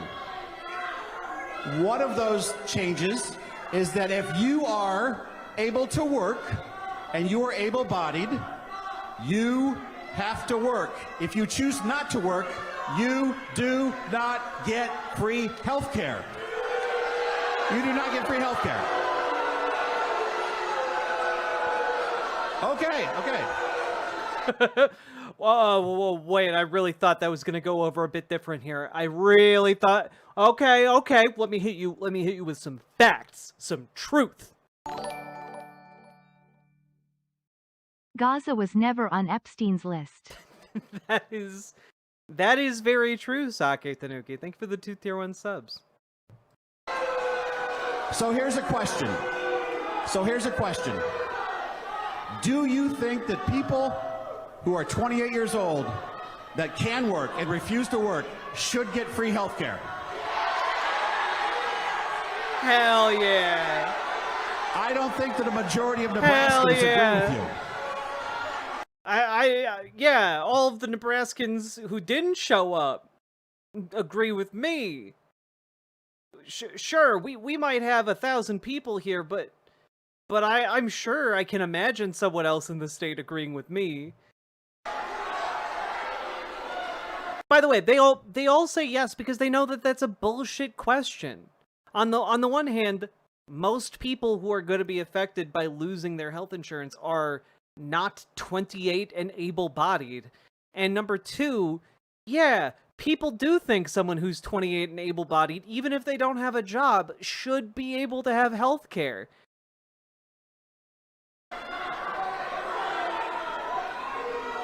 The other thing that I think is important to remember is that any change... Ooh, Dakota Cat, please record the town halls as well, because some of these town halls don't have, like, official cameras there.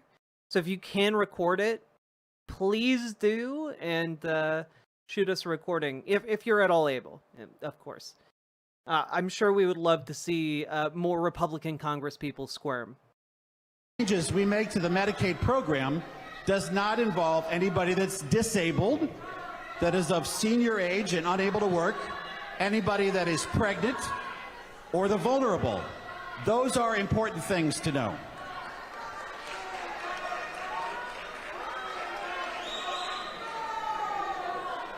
The other thing in the bill that I think you need to know is if we didn't pass the big beautiful bill, it would have been a $1,600 tax increase to every Nebraska family. That is a true middle-class tax cut.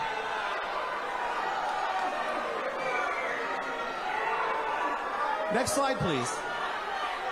These are the other important parts of the One Big Beautiful. Yo, they are just getting more and more angry out there. Like, damn, dude. Beautiful bill. Next slide, please. They're chanting tax the rich in response to a middle-class tax cut in Nebraska. We are 14 minutes in. There's over an hour of this left. Over an hour of this left, and they're already chanting tax the rich in response to this guy telling them they're gonna get a tax cut. This is, like, I'm sorry. I need to tell you guys something. Some real talk. Democrats aren't, like the Democratic Party, to whatever extent they are organizing in a place like Nebraska, is not being organized by party money. You know, the party isn't flooding Nebraska with sweet donor dollars, you know, in order to, like, give rise to this type of appearance at these town halls. No, this is being organized by people on the ground in Nebraska who give a damn, who are seeing what's happening, and they're angry as hell. Just like all of you are. You know? They're showing up at their local, like, Democratic meetings, mad as hell, asking, okay, what can I do? How can I help? They're showing up at their local DSA meetings and saying, what can I do? How can I help? And guys, if we do that everywhere, if we do that, if I do it, if you guys do it, everywhere, we will win. If you guys need help connecting with your local Democratic Party, you can join our Discord. Just use !Discord. You'll get a link. Join the Discord. Reach out to Dragonfly on the Discord, and she will help you connect with your local Dems. If you want to reach out and connect with your local DSA, or form a new DSA branch, you can join our Discord.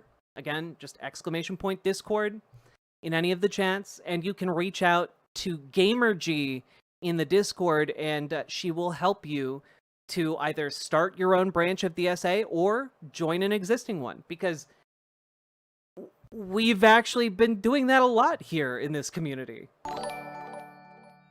So please, we will win. Start Chuck doing Schumer stuff. flashbacks intensify.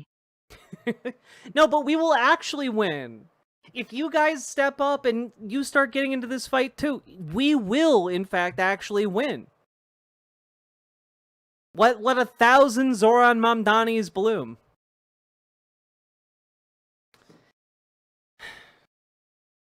Also, hello, Boy Meets Minnie.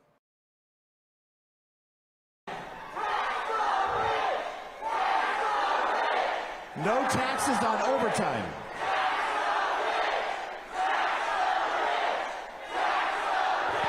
We've had this conversation before. As I recall, and we shared this in Columbus, if we adopted the Democrats' plan to tax the rich, if we adopted the Democrats' plan in the last Congress to tax the rich, it would generate $50 billion, which does not take us close to where we're going, and it cuts job creation. It cuts. What a little dipshit. Well, you know, actually, a lot of CEOs and wealthy people don't get paid in like an income. They don't actually pay that much income tax. So you are actually all stupid, and I'm very smart. As if there aren't other ways to tax the wealthy, like, say, I don't know, some kind of stock trading tax, like some kind of wealth tax, even.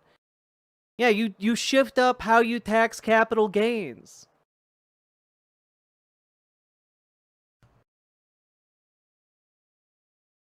Like you start taxing in other ways where the wealthy keep their wealth. And it's not in dollars. If what he said In was safes. true, it just proves the Dems aren't going anywhere close to hard enough on the rich. Right? All it goes to show is that they're moving it someplace else.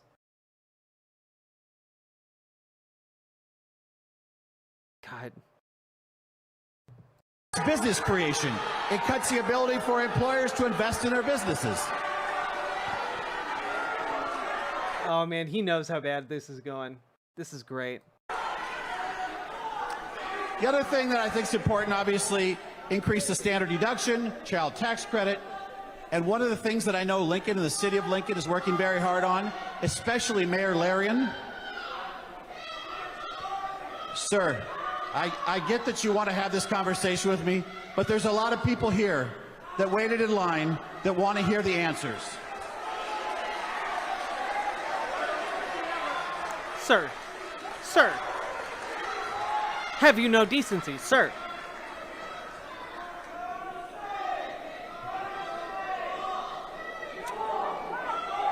All right, next slide. Something that I also think is important, if you're a farmer or rancher in this state, you want to be able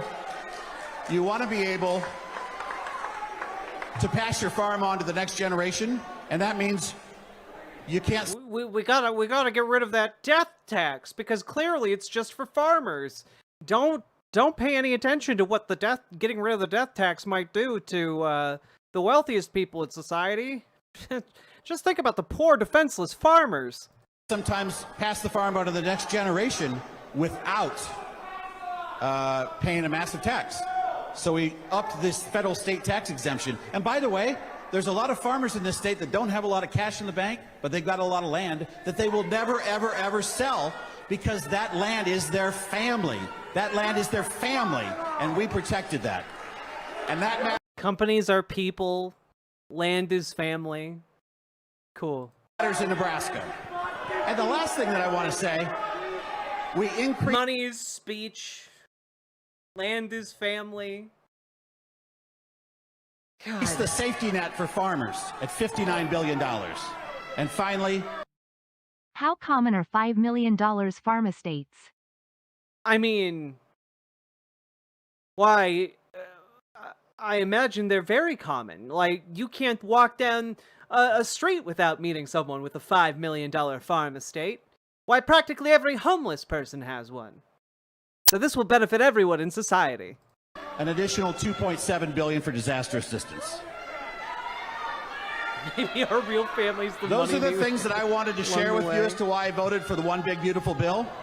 I truly believe that this bill will allow America to experience growth, that it will allow our communities to thrive, that it will spark our economy, that it will help farmers and ranchers, that it will take care of the vulnerable, and more than anything, I truly believe this bill protects Medicaid for the future.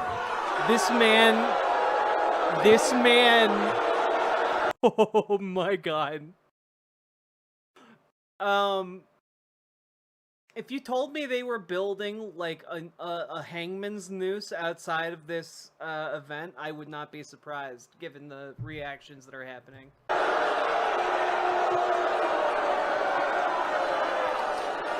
We protected Medicaid. We protected Medicaid. Nebraska hospitals now have the money to be able to operate, whether it's David City or West Point or Lincoln or Omaha. And I'm here tonight to tell you that's why I voted for that bill.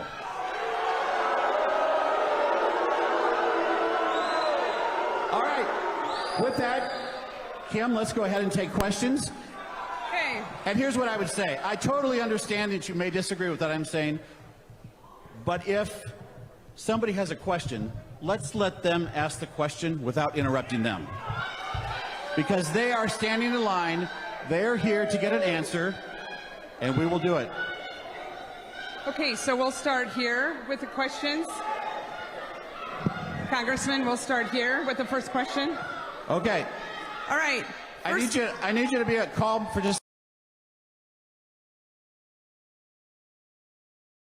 a second. I need to be able to hear the question. So.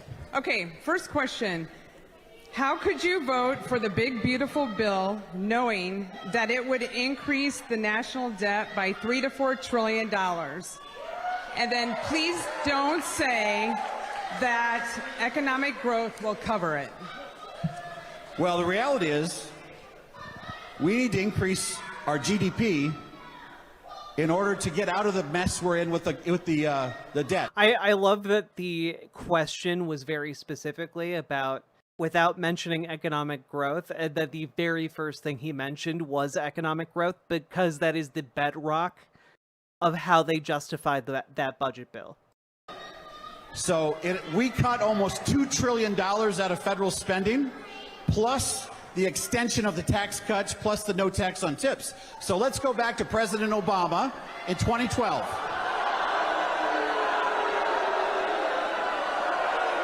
You're going to agree with me when I'm done. Doubt it. Back in 2012, President Obama extended the Bush tax cuts. And the CBO baseline score was calculating the tax cuts going away, and the Obama White House said, no, we disagree.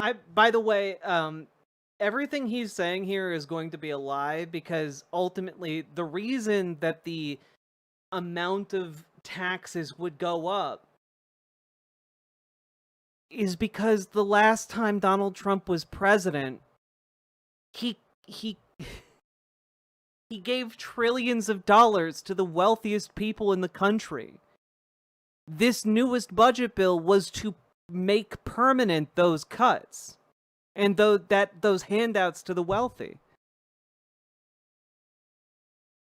This has nothing to do with Obama, and it has everything to do with the economy and the method of taxation that has been codified by Republicans in Congress. Like, again, they had one bite at the apple during Trump 1, and they took that bite. It was huge. Now they had a chance for a second bite at the apple, and they just ate the whole goddamn apple in one gulp. With that. So many of you that are in the Democratic Party have to look at how consistent we are and where we're at with the CBO. And the reality is, when President Trump passed the 2017 tax cuts, we saw explosive growth in this country. We did not, in fact, see explosive growth in this country. That is just a lie. The Trump tax cuts have been actually, like, analyzed for their economic effects, and it turns out they did not, in fact, lead to massive economic growth. They didn't even lead to marginal economic growth. Have you considered that Obama isn't in the Epstein files? I do need to hold that idea in the back of my mind, Sake Tanuki, because at some point covering all this Epstein stuff, there's going to be a MAGA guy that comes into my mentions, comes into my comments, and I really do need to pull that out. I really do need to pull that out because it absolutely kills them that, like, Bill Clinton is in the Epstein files, but not Obama. It kills them. We saw explosive growth. COVID slowed our progress for obvious reasons. But the way CBO is scoring this was objected to President Obama in 2012, and it's being objected to by President Trump and the United States Congress Republicans in 2025. Next question. Okay. Why did you cut SNAP and healthcare research?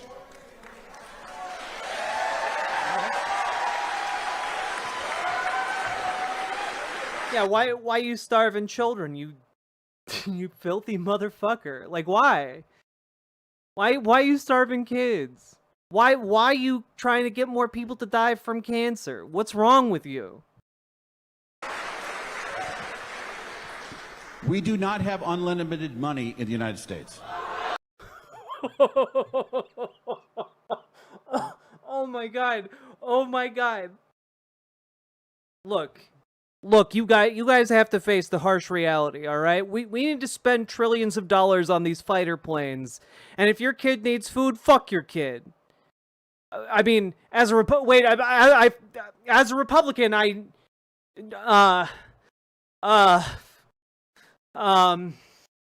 oh boy, that phrasing came out really wrong. Oh boy. Oh geez, he just starts sweating bullets.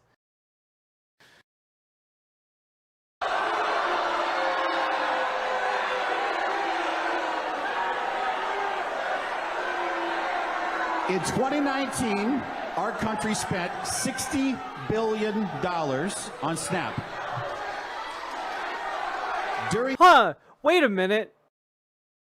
Representative Mike Flood, did you or did you not just say that if we tax the rich more, we could get something along the lines of, even on your shitty metric, $50 billion?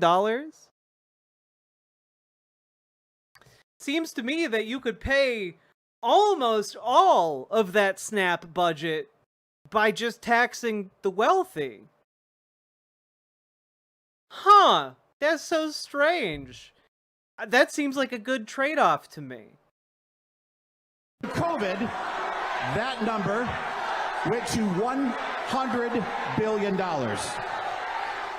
Just out of curiosity, by spending that $60 billion and getting children fed and, like, does that not eventually pay off for us by having, healthy adults that can contribute to the labor force? I don't know. Something to think about. And for good reason. I mean, during COVID, we had a situation where we had a worldwide pandemic. It was a snap decision. Dun Sake Tanuki. God damn. We had people that couldn't work. There was a need for extra food supplemental nutrition programs. What we did this Congress, two things. We returned our spending on SNAP to our pre-pandemic level of 2019 at $60 billion. And we also... Hey, just as an FYI, we actually looked at that and, I don't know, paid 50% more. It's feasible that we could all but eliminate the amount of, like, child hunger and homelessness that happens in this country all too often. And instead of making a proactive case for that, his response is, you know, money doesn't, you know, we don't have all the money here in America. Like, damn, dude. Fuck off. Also said to states that have low error rates, and Nebraska has low error rates, that there's going to be incentive for states that do it right, and there's going to be a disincentive for states that have a high error rate. Now, you may disagree with the actual number we arrived at, but going from $60 billion one year to $100 billion the next year, that was the COVID pandemic. The pandemic is gone. People have gone back to work. We are now at the 2019 levels. I mean, it's not gone. People are still getting COVID. Which I think are acceptable.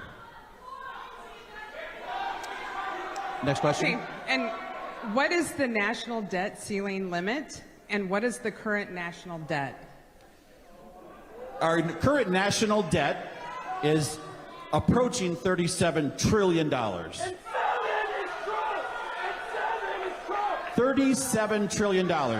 In fact, to make that real for all of you, every Nebraska family pays about $3,000 of your hard-earned wages every year to service that debt. That's a kitchen table issue. That is a kitchen table issue. Every This has single the same feel of the Colbert joke. They say this show costs $40 million a year, but it costs only $24 million. Where's the $16 million go? Indeed.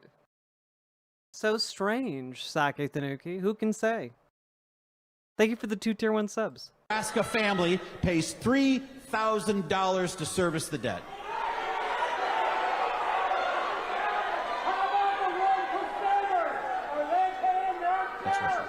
Okay, we'll go to the audience for their first questions. Okay, let's let her speak here, please. All right. I really wanted him to talk a little bit about what the debt limit is, like the debt ceiling, because I think if we, whatever. I was interested to hear that, and he just simplified it down to debt adds to your tax bill. Our first question comes from this fine lady. Hi. She I looks nice. implore you to be quiet so that we can hear his responses. Remember, Mike's coming up for a re-election, and we'd really like to know what his responses are.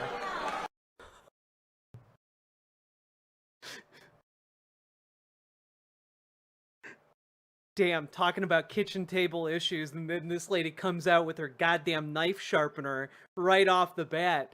Damn! The sinister energy. She about to go to town on this man with a goddamn butcher knife. Holy shit. Like, she doesn't even need to ask a question. Oh my god. I'm Rosina. I write you emails with concerns of your voting behavior regarding Trump and his actions. You support him, especially confirming the cabinet. Your responses are riddled with misinformation and lies. I fact check you, and then I send the responses back. And I get crickets. So I actually asked Deb through Carter, thank you, Carter, for answering the phone and being so very patient. Oh my god. Oh my god. Somniostatic, you weren't kidding. This is a stage 1 boss Karen situation. Like, she's gotten to know the staffers' names. She knows the hierarchy in this man's office. She has meticulously researched every aspect of what is happening in that office because she's been writing corrections to this man and he has not taken her seriously. Let's go. I asked, He's a who good does guy. the oversight for the fact-checking? Well, Deb Shore does. Deb Shore's a good human. I've known her for a long time. But our oversight of these emails need to be fact-checked. If I am fact-checking them because they are wrong in your response, I send them back to you and I get crickets, I get kind of bummed. And this is not about partisan, this is about issues, because we're about to lose our democracy.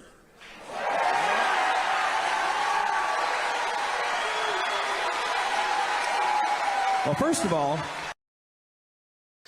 holy shit, they've been weaponizing Karens in the democracy labs. I didn't know. Get that bitch a clipboard. She's gonna be running running the country next year. I would tell you, I totally agree with you. Carter Smith from Shelby is a wonderful person, and Deb Shore does a lot of things in the office, but I don't want to put that all on her. There are people in my Washington office that also assist me as I write back to you. I don't know what emails you sent specifically because There are plenty of them. I'm sure. And here's what I would say to you. You are right as a constituent to want to go through this with me, and I will, with your help, talk to Deb. We will go through your emails, and we will go through my responses. You can come to my office, and we will sit down and go through every one of them. It may take me about 2 weeks, Sir? because I need to get all that done, okay? Sir, you will need to do that with a lot of people.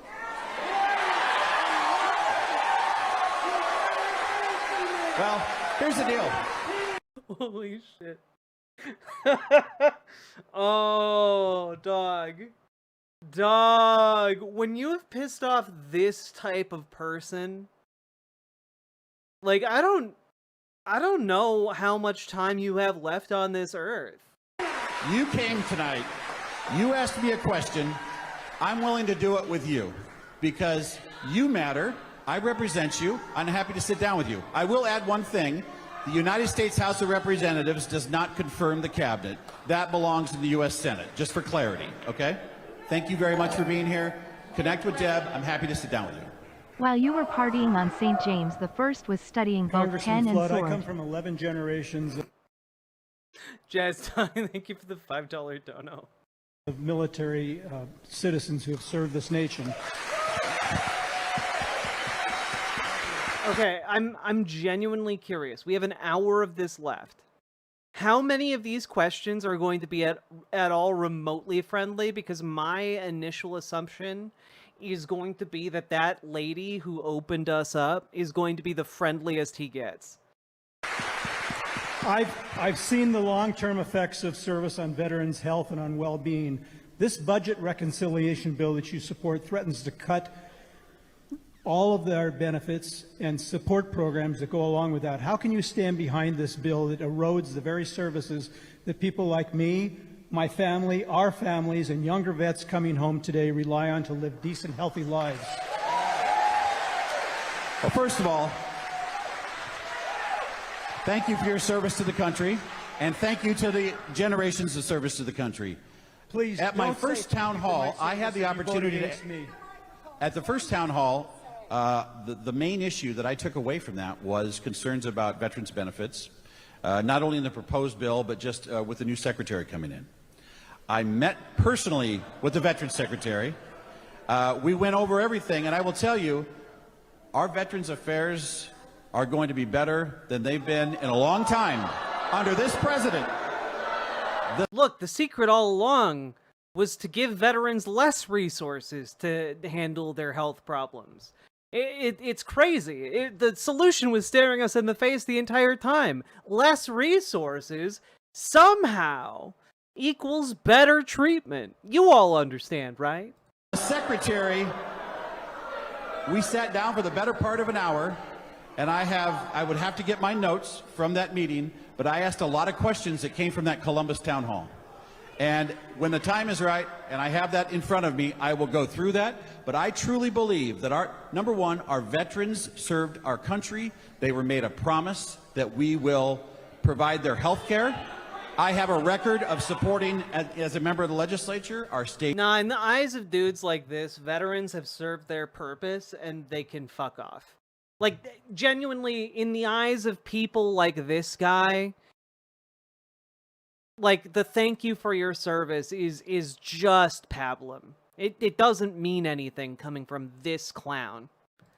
Veterans homes, and like, I'm sorry, you can't say thank you for your service while simultaneously, like, screwing someone over. Like, it doesn't work that well. Like, you can't do that. A record in our Congress of supporting veterans, and I will be happy to get more information from the Secretary. If you have specific programs... Jazz Dog, are all his answers going to be, that's cool, but I literally don't have the Library of Alexandria in front of me? I mean, I think he's going to try and plead ignorance on an awful lot of these. But I mean, it should be pretty disturbing that this guy has no idea seemingly what he voted for. Pretty disqualifying. You're concerned about, please reach out to Taylor and get us that information. Thank you. We have a next question right here. My question is fiscal. With 450 million FEMA dollars being reallocated to open Alligator Alcatraz and 600 million taxpayer FEMA dollars being used to now open more concentration camps and ICE burning through $8.4 million a day to illegally detain people, how much does it cost for fascism? How much do the taxpayers have to pay for a fascist country? Also, can we just go back here? Like, I want you all to first of all, is she wearing a Willy Wonka shirt? Is that what the top hats and the W's are? Beside the point. But there are so many people in middle America just like this woman. And the fact that he and the Republican Party have lost this type of person, I mean, keep fighting, folks. Keep fighting, keep being loud, keep showing up, keep acting. You know, show up at your local Dem meetings, show up at your local, like, DSA meetings, make your communities better so that you can coordinate for town halls like this one.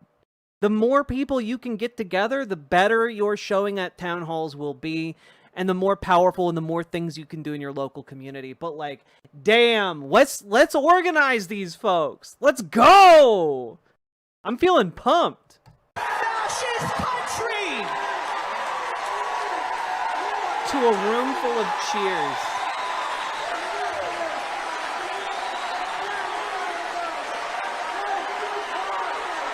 Americans went to the polls in November, and they had a choice between a Democratic candidate that had an open border, no enforcement, fentanyl, drugs, human trafficking. And they had a choice between that and a candidate that said, close the border, get illegal immigrants out of our country, stop the fentanyl, stop the human trafficking, stop the drugs, stop the crime. I don't think this guy realizes the danger. I mean, I think he's starting to. Stop the violence.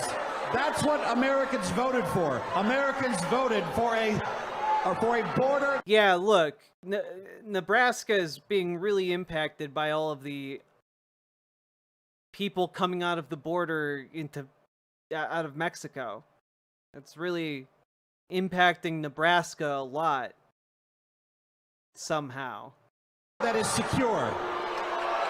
And I support the president enforcing... Yeah, again, we need to bring back Rotten Tomatoes at events like this. Okay? Look, I'm just throwing this out there, much like a Rotten Tomato. But, like, that was a good tradition we had going. Our immigration laws, which, by the way, were written by Congress. Next question. Next question.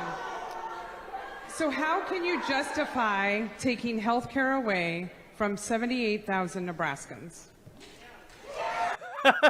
Look, all I'm saying is if you're a tomato farmer, you could make a lot of money selling at a stand outside of town halls. Holy shit. As I explained before, when you have an additional $700 million coming into the state of Nebraska... Wait, I'm sorry. Did he say immigration?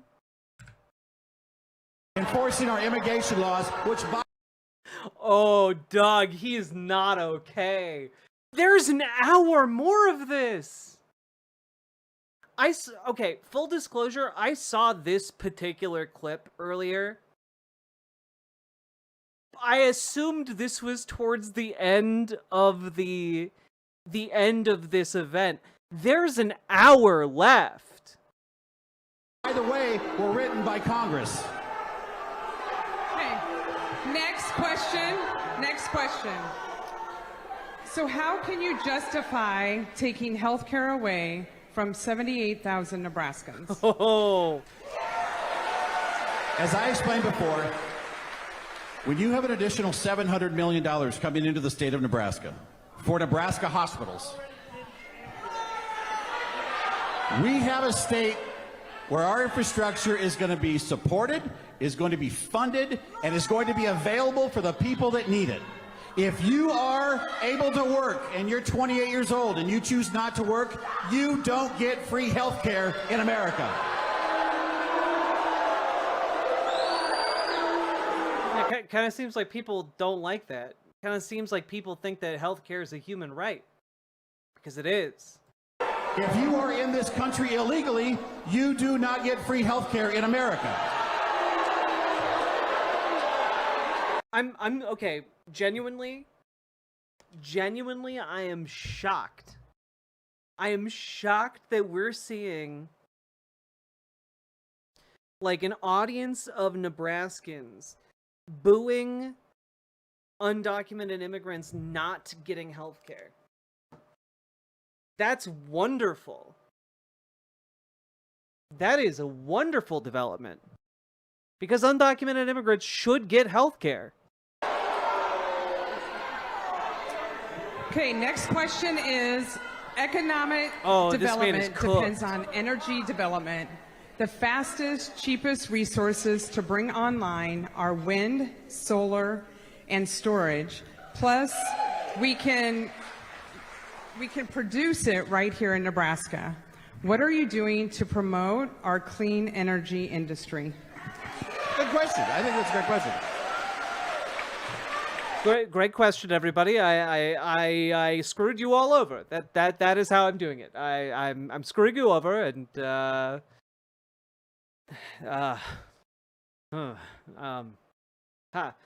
presuming all of you are over the age of 18. Tough crowd. I believe in an all-of-the-above strategy for energy, which means nuclear as well. I'm sorry. What? I'm sorry. Am I high right now?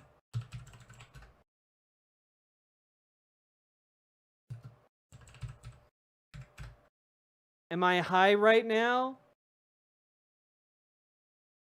Nuclear. Huh. Nuclear. Nuclear. Nuclear. For energy, which means nuclear as well. I don't think that this man is very good at saying things or using words. I agree with nuclear. As I'm from a part of the state where we have a lot of wind-generated power. Nuclear. I'm from a part of the state where we have solar power. There has to be a balance. And in our state, we have to make sure, and I love the battery storage idea. I think when battery storage becomes relevant and it works and it's there for Nebraskans, well, the technology isn't to the point where it can be used all the time, but it is, actually. Here's the challenge. With artificial intelligence coming on the scene. Okay. Well, you guys all love those lying machines that lie to you all the time, right? We need to have the coal plants in order to fuel the artificial intelligence machines that make your life worse in every conceivable way. It's going to take a lot more energy for us to meet our energy needs to be able to remain competitive. I still haven't seen a compelling use case for any of this technology that they're talking when they talk about AI. I haven't seen one compelling use case. Competitive with artificial intelligence. China is bringing on a whole bunch of new energy using coal. Now, I'm not saying that's necessarily going to happen in America, but I'm saying we have to up our energy game. We have to up our energy game, which means small nuclear reactors, which I've been supportive since I've been in the legislature, permitting nuclear power plants, which has been very difficult. Wind and solar is always part of that. Also, they're small nuclear reactors. I think he's talking about modular reactor tech, which is kind of neat. Array of opportunity, and not shutting down our coal plants when they provide consistent baseload generation of power all the time. So you better believe I'm paying attention to the incline of his arm as he makes these sweeping gestures. You better believe I'm paying attention to that. I think that's a very good question, and as Americans, what we need to do is we need to pick an energy policy. We need to put it in the statutes, in the code, so that industry, energy providers can count on that stability so that they can make long-term investments. The way it's gone from President Obama, he had to President Trump, to President Biden, there's been a regulatory whiplash every 4 years. Right or wrong, I'm just saying, energy providers aren't willing to make an investment when there's wild changes all the time. Next question. Okay, true, Salmon Moose. There are some possible use cases, but so many of the use cases are made so shitty by corporations. And the fact that this is now it is not worth the material water loss or the energy loss that we're pouring into it. At least not right now, and I don't see it being able to justify that in the near future. Nuclear. Okay, next question. Why are you covering up the Epstein files? Oh! Looks like we have a nuclear question. Nuclear.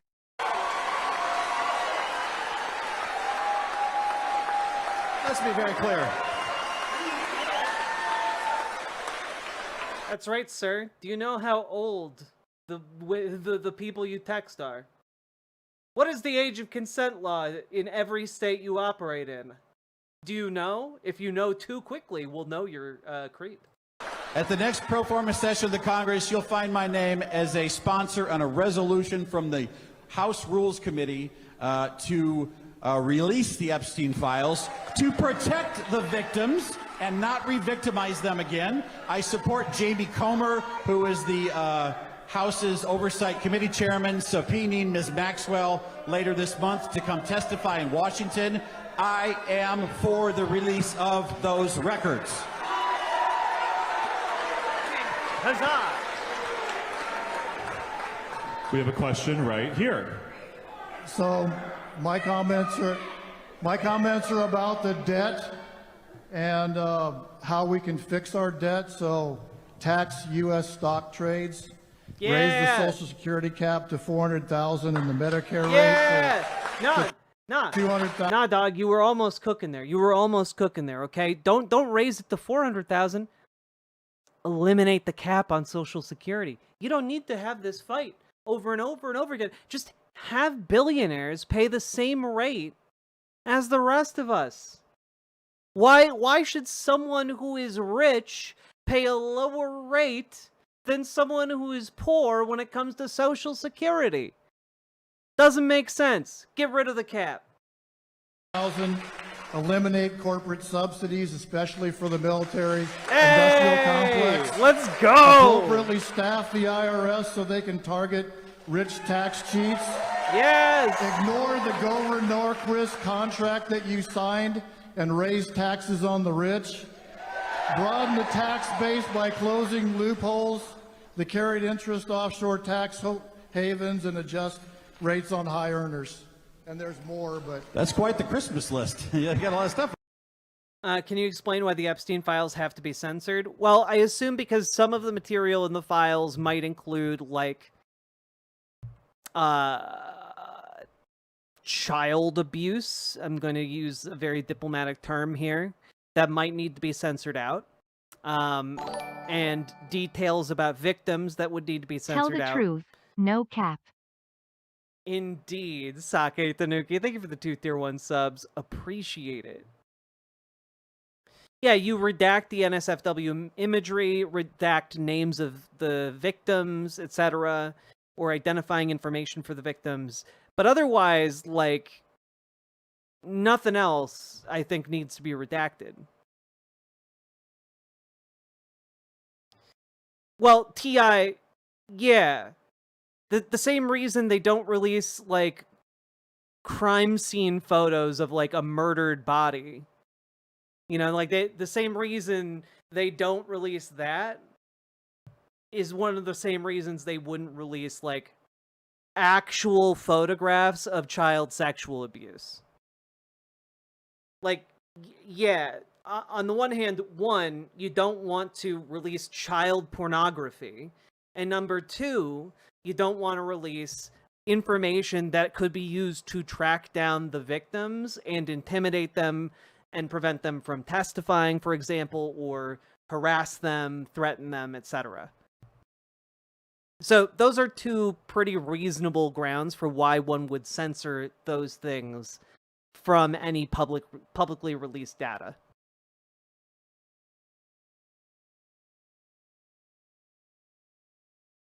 On there.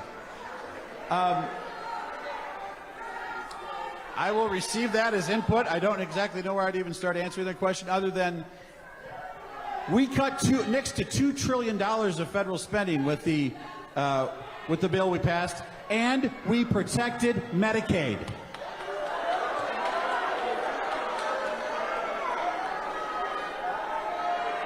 Next question. Question right here. There's a saying that silence is complicity. Your silence tells us that you have no problem with the January 6th attack on the Capitol, the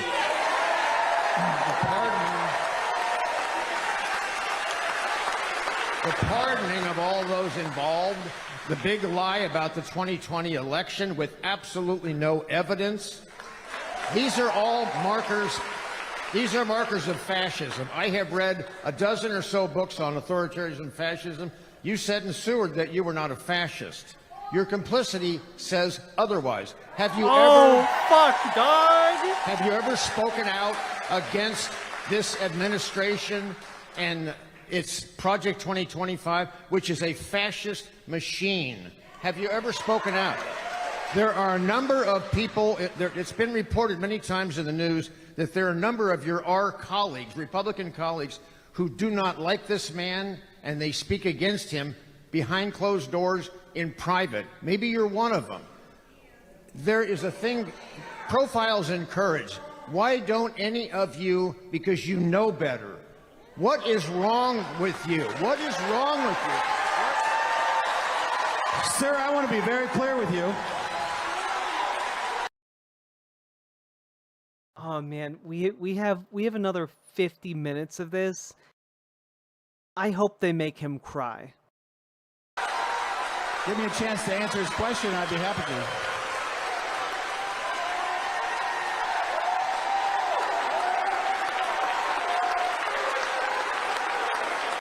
Look at his feeble attempt to smile. Damn, dude. You bombing so hard. Nuclear. Bombing.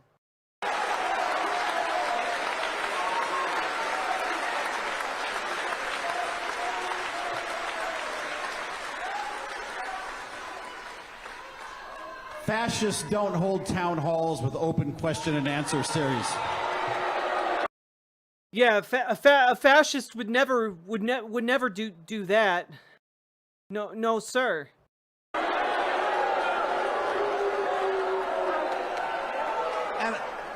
I will tell you this, I support law enforcement, and what happened on January 6, 2021 was not right, and I'm on the record saying so. I'm sure you can Google it, but I support law enforcement. I have prided myself on supporting law enforcement since I began as a member of the Judiciary Committee in 2005, and we started working on child sexual assault. We started working on the sex offender registry. We started working on all of these different DWI laws to make our streets safer. I believe in law enforcement. I believe in the rule of law. I believe in the rule of law. It matters to me. We have a lot of people that need to know when I see something that I don't agree with, I don't run to the TV station as my first stop. I try to stop it before it gets worse. Just as an FYI, Hitler did a ton of Q&As and did a ton of like public events and demonstrations. Now, usually he rigged them in his favor because if he didn't, they would turn out like this. Just a thought. I try to stand up and go to work to represent the people that I have in this district. And sir, I believe in law enforcement. Thank you. Next question. All right, we have another question right here. I believe in fair taxation, but I disagree with personally benefiting at the expense of lower-income Nebraska citizens. Trump is a pathological liar, and citizens can't believe a word that comes from the convicted felon's mouth.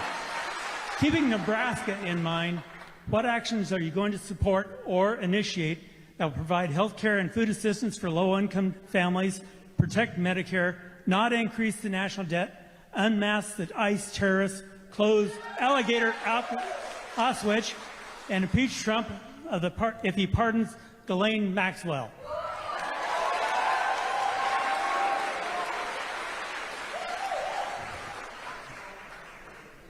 We protected Medicaid and saved taxpayers millions of dollars from waste. Does not believing in ICE and law enforcement make them disappear? God, I wish. God, I wish. Sake Tanuki. Thank you for the 2 tier 1 subs.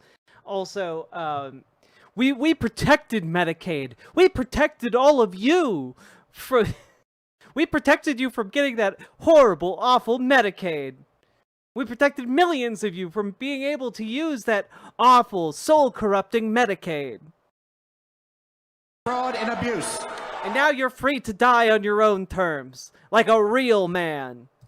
This program, over the long term, will spend way too much money that we cannot afford if we don't protect it for those that need it.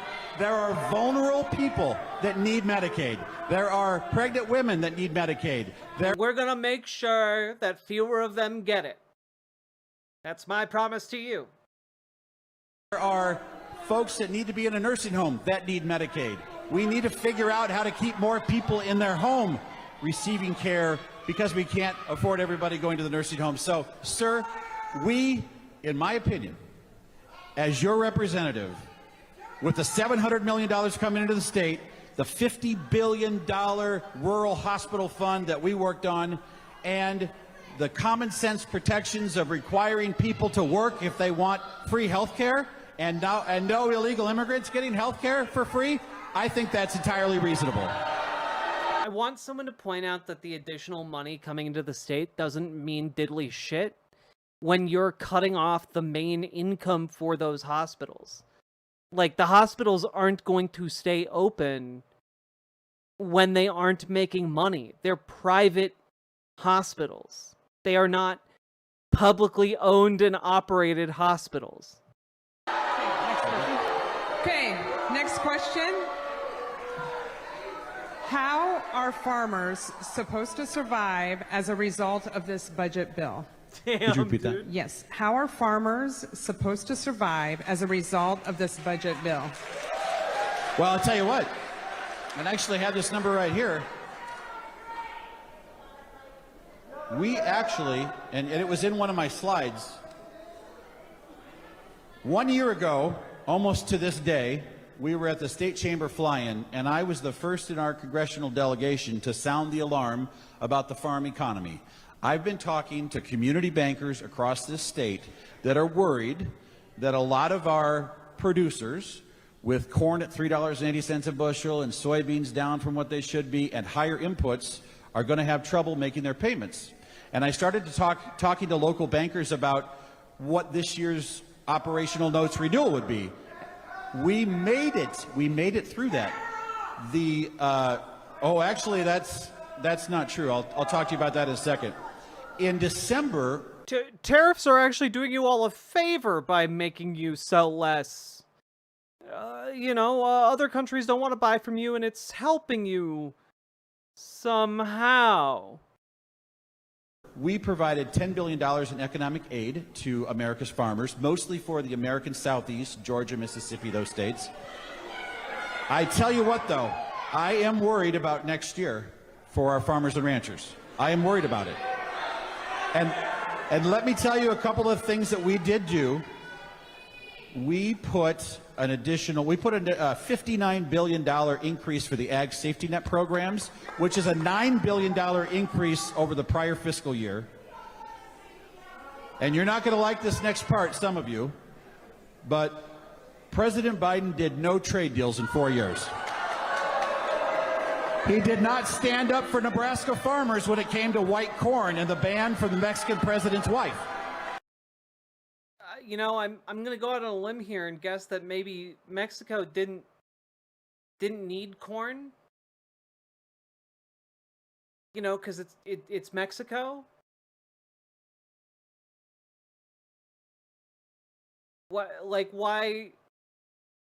Why would you need to make this? This is the same. This is the Australian beef thing all over again. They don't want to buy our beef because they have their own beef already.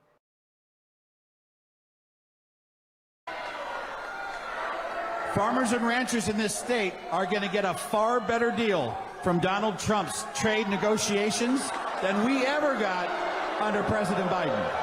And this is the only way to improve our chances to grow our farm income. Okay, next question. Okay, next question is, what specific action are you taking to defund or continued support to Israel and their aggressions on the West Bank and genocide against Palestinians living in Gaza? Do you seriously not know how to say genocide? Genocide? I have said from the start, what happened on October 8th was an abomination. Well, October 7th, sorry. Oh, man. All right. I was almost like, this is an interesting response. Wasn't expecting. I support Israel. America has no better ally than Israel. And they have every right to root out Hamas and these evil terrorists, whether they're in Gaza, whether it's Hezbollah, whether it's the Houthis, whether it's the Iranians. They live under threat of... Hey, out of curiosity, the Proud Boys have been designated terrorists by several other countries. Does that give Canada the right to bomb Proud Boy locations in the United States? Just out of curiosity. Does that give Canada the right to bomb American soil? I guess this guy would say no. Weird. I want people to interview these fuckers and ask follow-up questions. Nuclear and vicious attack every single day. Did he wait? What? Attack every Iranians. They live under threat of nuclear and vicious attack every single day. Nuclear. Israel has a nuclear weapon. Iran doesn't. What are you talking about? I also believe that our country working with Israel, needs to do everything we can to get those children food. No American wants any child. You literally just justified the last, like, 3 years of starving Palestinian children. You literally just spent this last minute or two justifying dropping bombs on areas predominantly inhabited by children. Fuck you. No matter the place they live, to ever suffer. But you got literally voted to defund SNAP. True, Jazz Dog. This guy doesn't give a shit about kids. Unless they're kids that Donald Trump may or may not have abused, in which case he's very much in favor of covering that up. Remember, we're dealing with Hamas. They use these Palestinians as human shields in their pursuit of terror and destruction. And that is why you know that in every action movie, the hero just needs to kill the human shields. You know, you all have seen an action movie. Who can forget that scene in Die Hard where, you know, John McClane just kills civilians that have been taken hostage by the terrorists? You know, who can forget that epic moment where John McClane takes out an AK-47 and mows down 5 women, children, and elderly people in an effort to kill the resurrected form of Hans Gruber? Who can forget that? I can't. And clearly it's left an indelible mark on this man. Nuclear. Against Israelis. So I support Israel.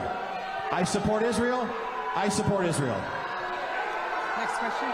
You know, it's pretty telling that you're being asked about whether or not you support a genocide, and your response is, I support the country that's doing the genocide. It's pretty crazy. Next question. How do you intend to ensure the accuracy of reporting on-job and economic statistics?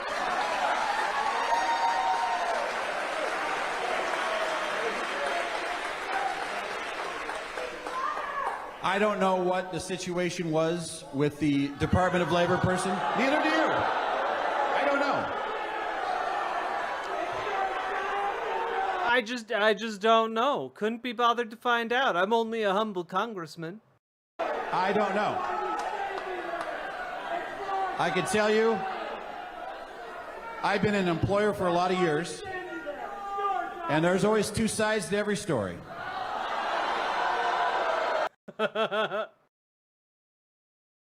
You know, one of my employees said I sexually harassed her, and my side of the story was I just got a little bit friendly.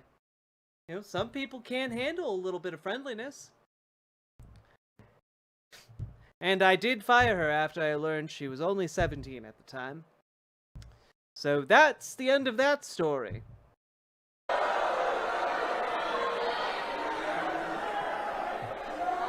And I don't know what that side was. I will say this, though.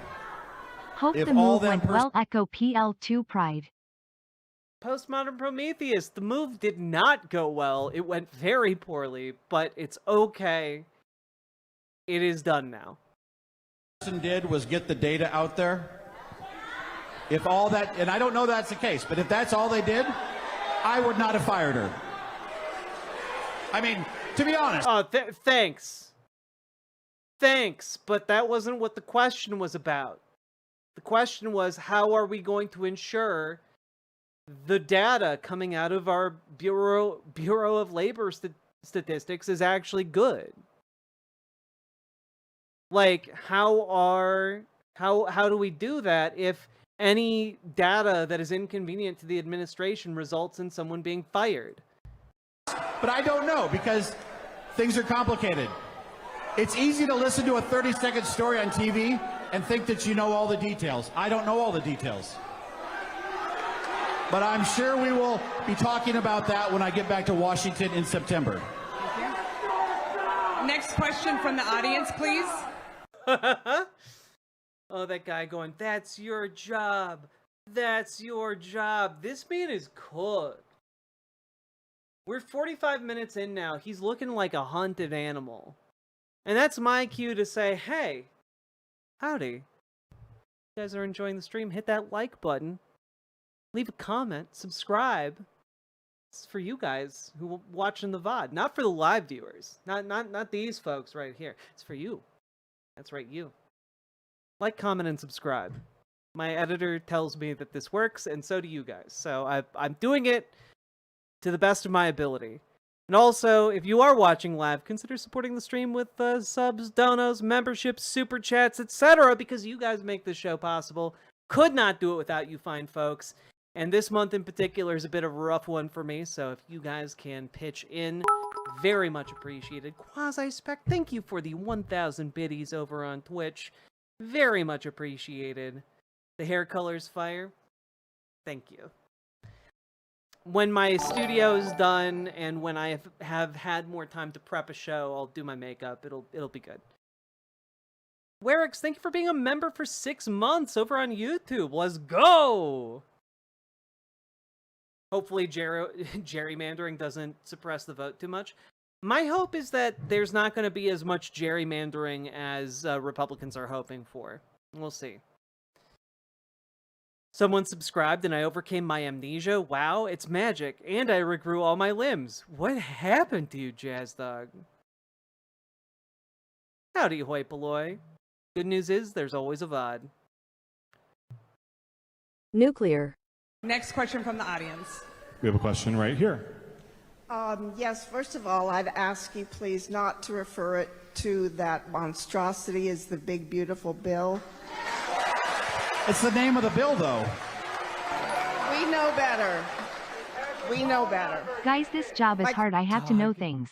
Mike, I've worked on child sexual assault, flood. Jazz Dog, thank you for the $5 dono. But also, like, we know this lady has a whole ass aura. We know better. The ultimate Karen stage 2 has entered the building. Question concerns veterans. Again, I asked you in March about cuts for veterans, cuts that will hurt veterans. I didn't really find your answer to the gentleman earlier adequate. How are cuts to the VA going to improve VA services? Also, what about the thousands of veterans who have lost their federal positions? And what about how that big ugly bill, let me finish. How about how that big ugly bill is going to disproportionately affect veterans who need SNAP and other benefits? Finally, what about the veterans who are seeing family members who have done no criminal... Okay, I know we haven't really talked about this guy who's holding the microphone. Dude literally looks so red, it looks like he's been slapped. I don't think he's having a good time here either. Nothing wrong being picked up by masked ICE agents.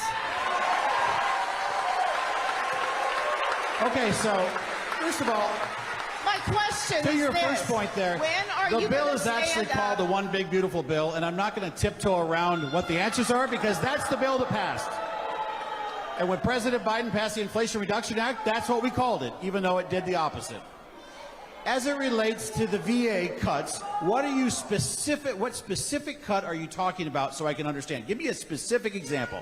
It is specifically general cuts in the VA's overall budget. I want to know, when are you going to stand up to the bully in chief and his disrespectful, un-American, cruel cuts that hurt our veterans? See, this issue came up in Columbus in May, and I went to the Veterans Secretary. And the system, when we're done, will be better for veterans, it will be more efficient, and we'll have better services. I am confident of that. You cannot cite a specific program because I went to him specifically and said, show me where these cuts are. We went through it. I've got the data. Hey, maybe you make the services better before you make the cuts. And I'm just throwing that out there. I've got the notes. I've got all the information I need. And I will be very public about showing you what is happening with veterans as soon as I get the opportunity to avail myself of my notes. But I am very confident. President Trump, this Congress, the Veterans Administration, we are working hard for veterans, and we will deliver for veterans.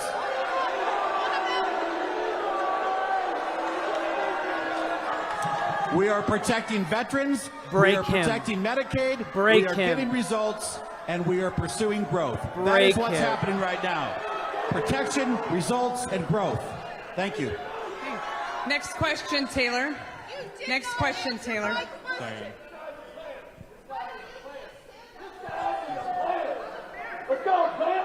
Congressman Flood, as the president of the UNL College Republicans, thank you for being here. Boo! Boo! I knew this guy was shifty. Boo! And these first 8 months of President Trump's has been a momentous occasion for young people looking for job opportunities, buying houses. Let her ask her goddamn question. She didn't get an answer. She wants to ask it again. And starting families. How are we going to continue the momentum that we've made for our next generation and keep the promise of the American dream? Thanks for coming tonight. It's nice Also, that guy does not give off a single iota of straight energy. to have you here.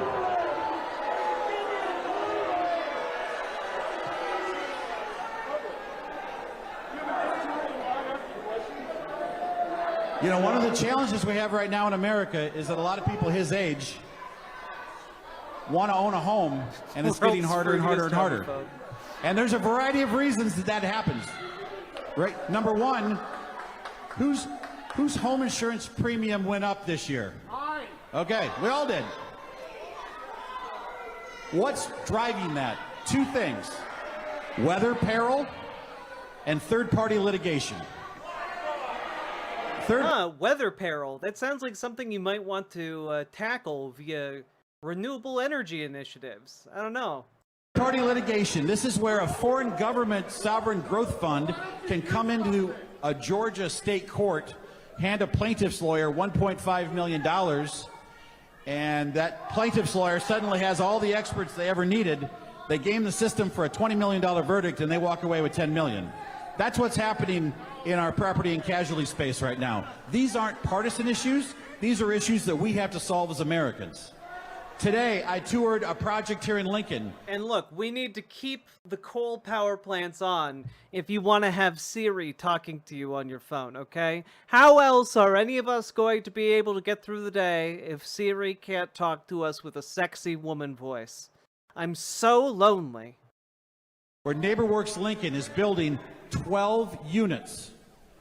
12 units on space where only 3 could have been built before. And they're excited about the One Big Beautiful Bill's affordable housing tax credits that get increased under the law, which are used by a lot of folks here in Lincoln. By the way, your mayor and city council, they set a goal of 5,000 new units by 2030.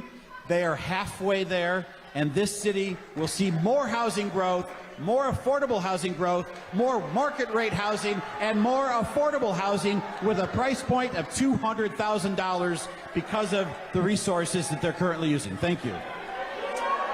One more question. We have a question right here. God bless you, Congressman Flood, for doing this and what you endured. Congratulations on your nomination. Is someone shouting she's a plant? Like, wait, I need one of you all to to like verify. That they're currently using. Thank you. One more question. We have a question right here. God bless you, Congressman Flood, for doing this. Plant! This is a plant! This and what you endured. Congratulations on your nomination to the chair of the Main Street Caucus. Can you please tell us how this position will benefit Nebraskans? Thank you very much for that question.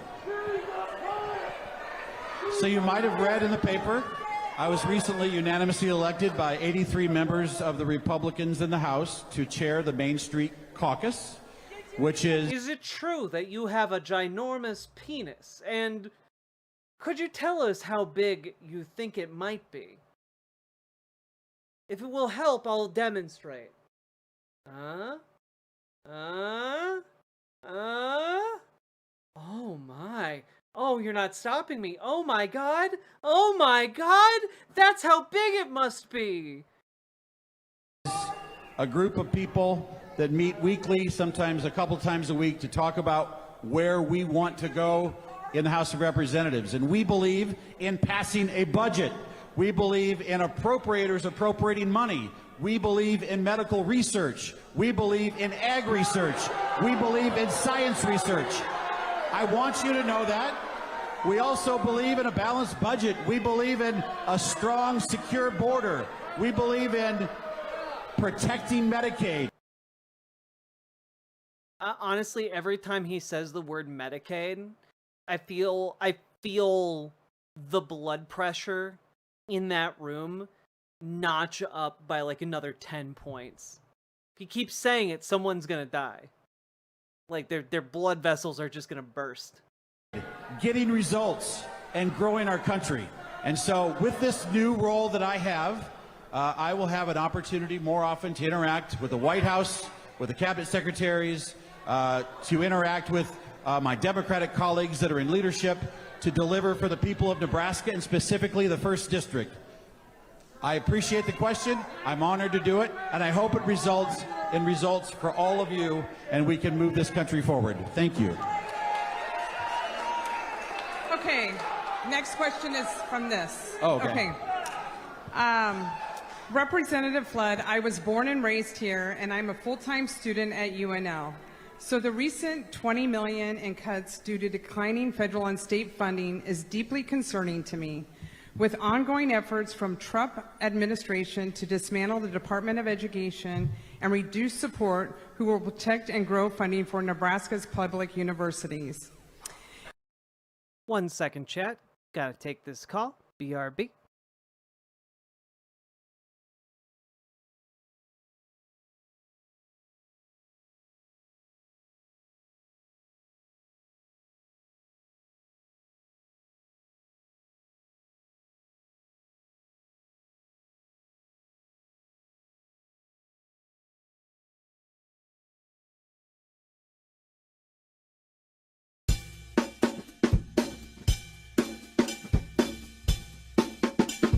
Tonight, we made history. In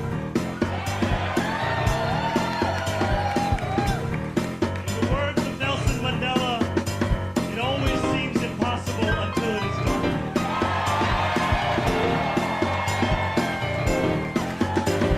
My friends, we have done it.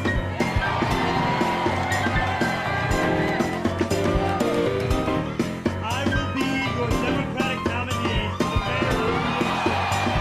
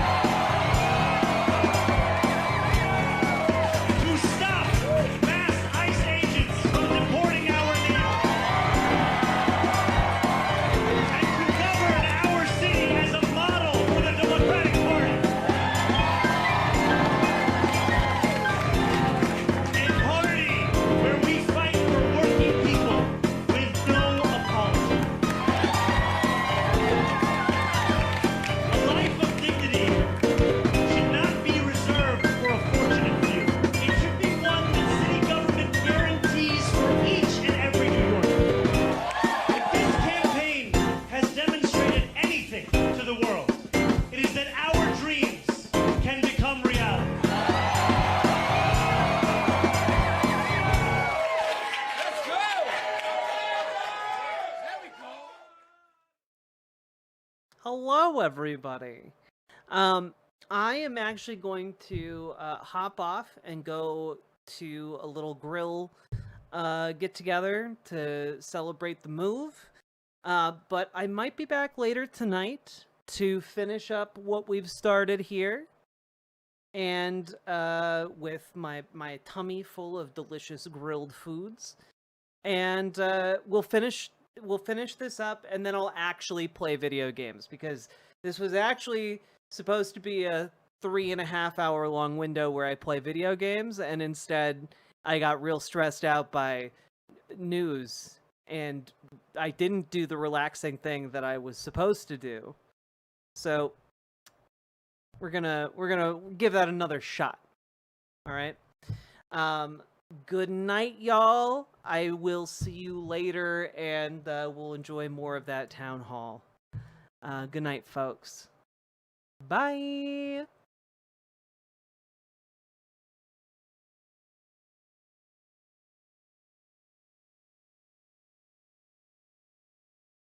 Those who make peaceful revolution impossible will make violent revolution inevitable.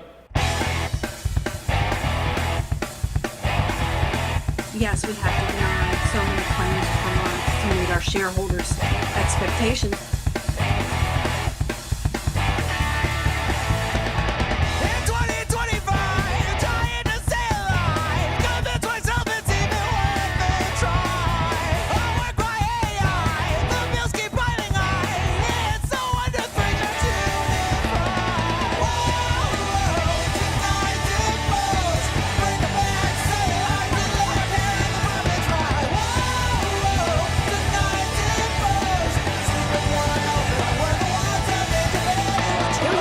Including children, have lost their health insurance. What's so frustrating is that politicians have spent decades saying they recognize the problem and they make promises to do something about it, and then almost nothing happens. You know what they say to themselves in the dark. It's only a crime if you don't wear a tie. We keep them all busy paying their fines. With the epiphany, light up the spark. You know what they say to themselves in the dark. It's only a crime if you don't Seniors are the fastest growing segment of the homeless population. And this is a great thing because it inspires everybody, gets some motivation to look up to the 1% and say,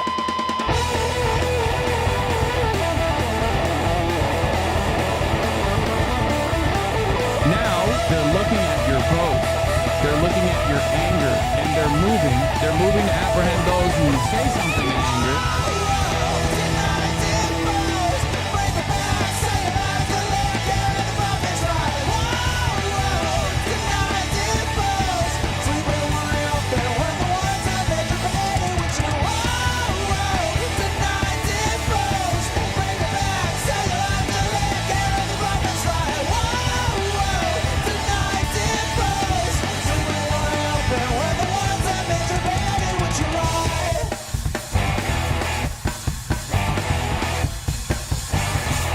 Increasingly by choice or by accident, this is the role our nation has taken, the role of those who make peaceful revolution impossible by refusing to give up the privileges and the pleasures that come from the immense profits of overseas investment.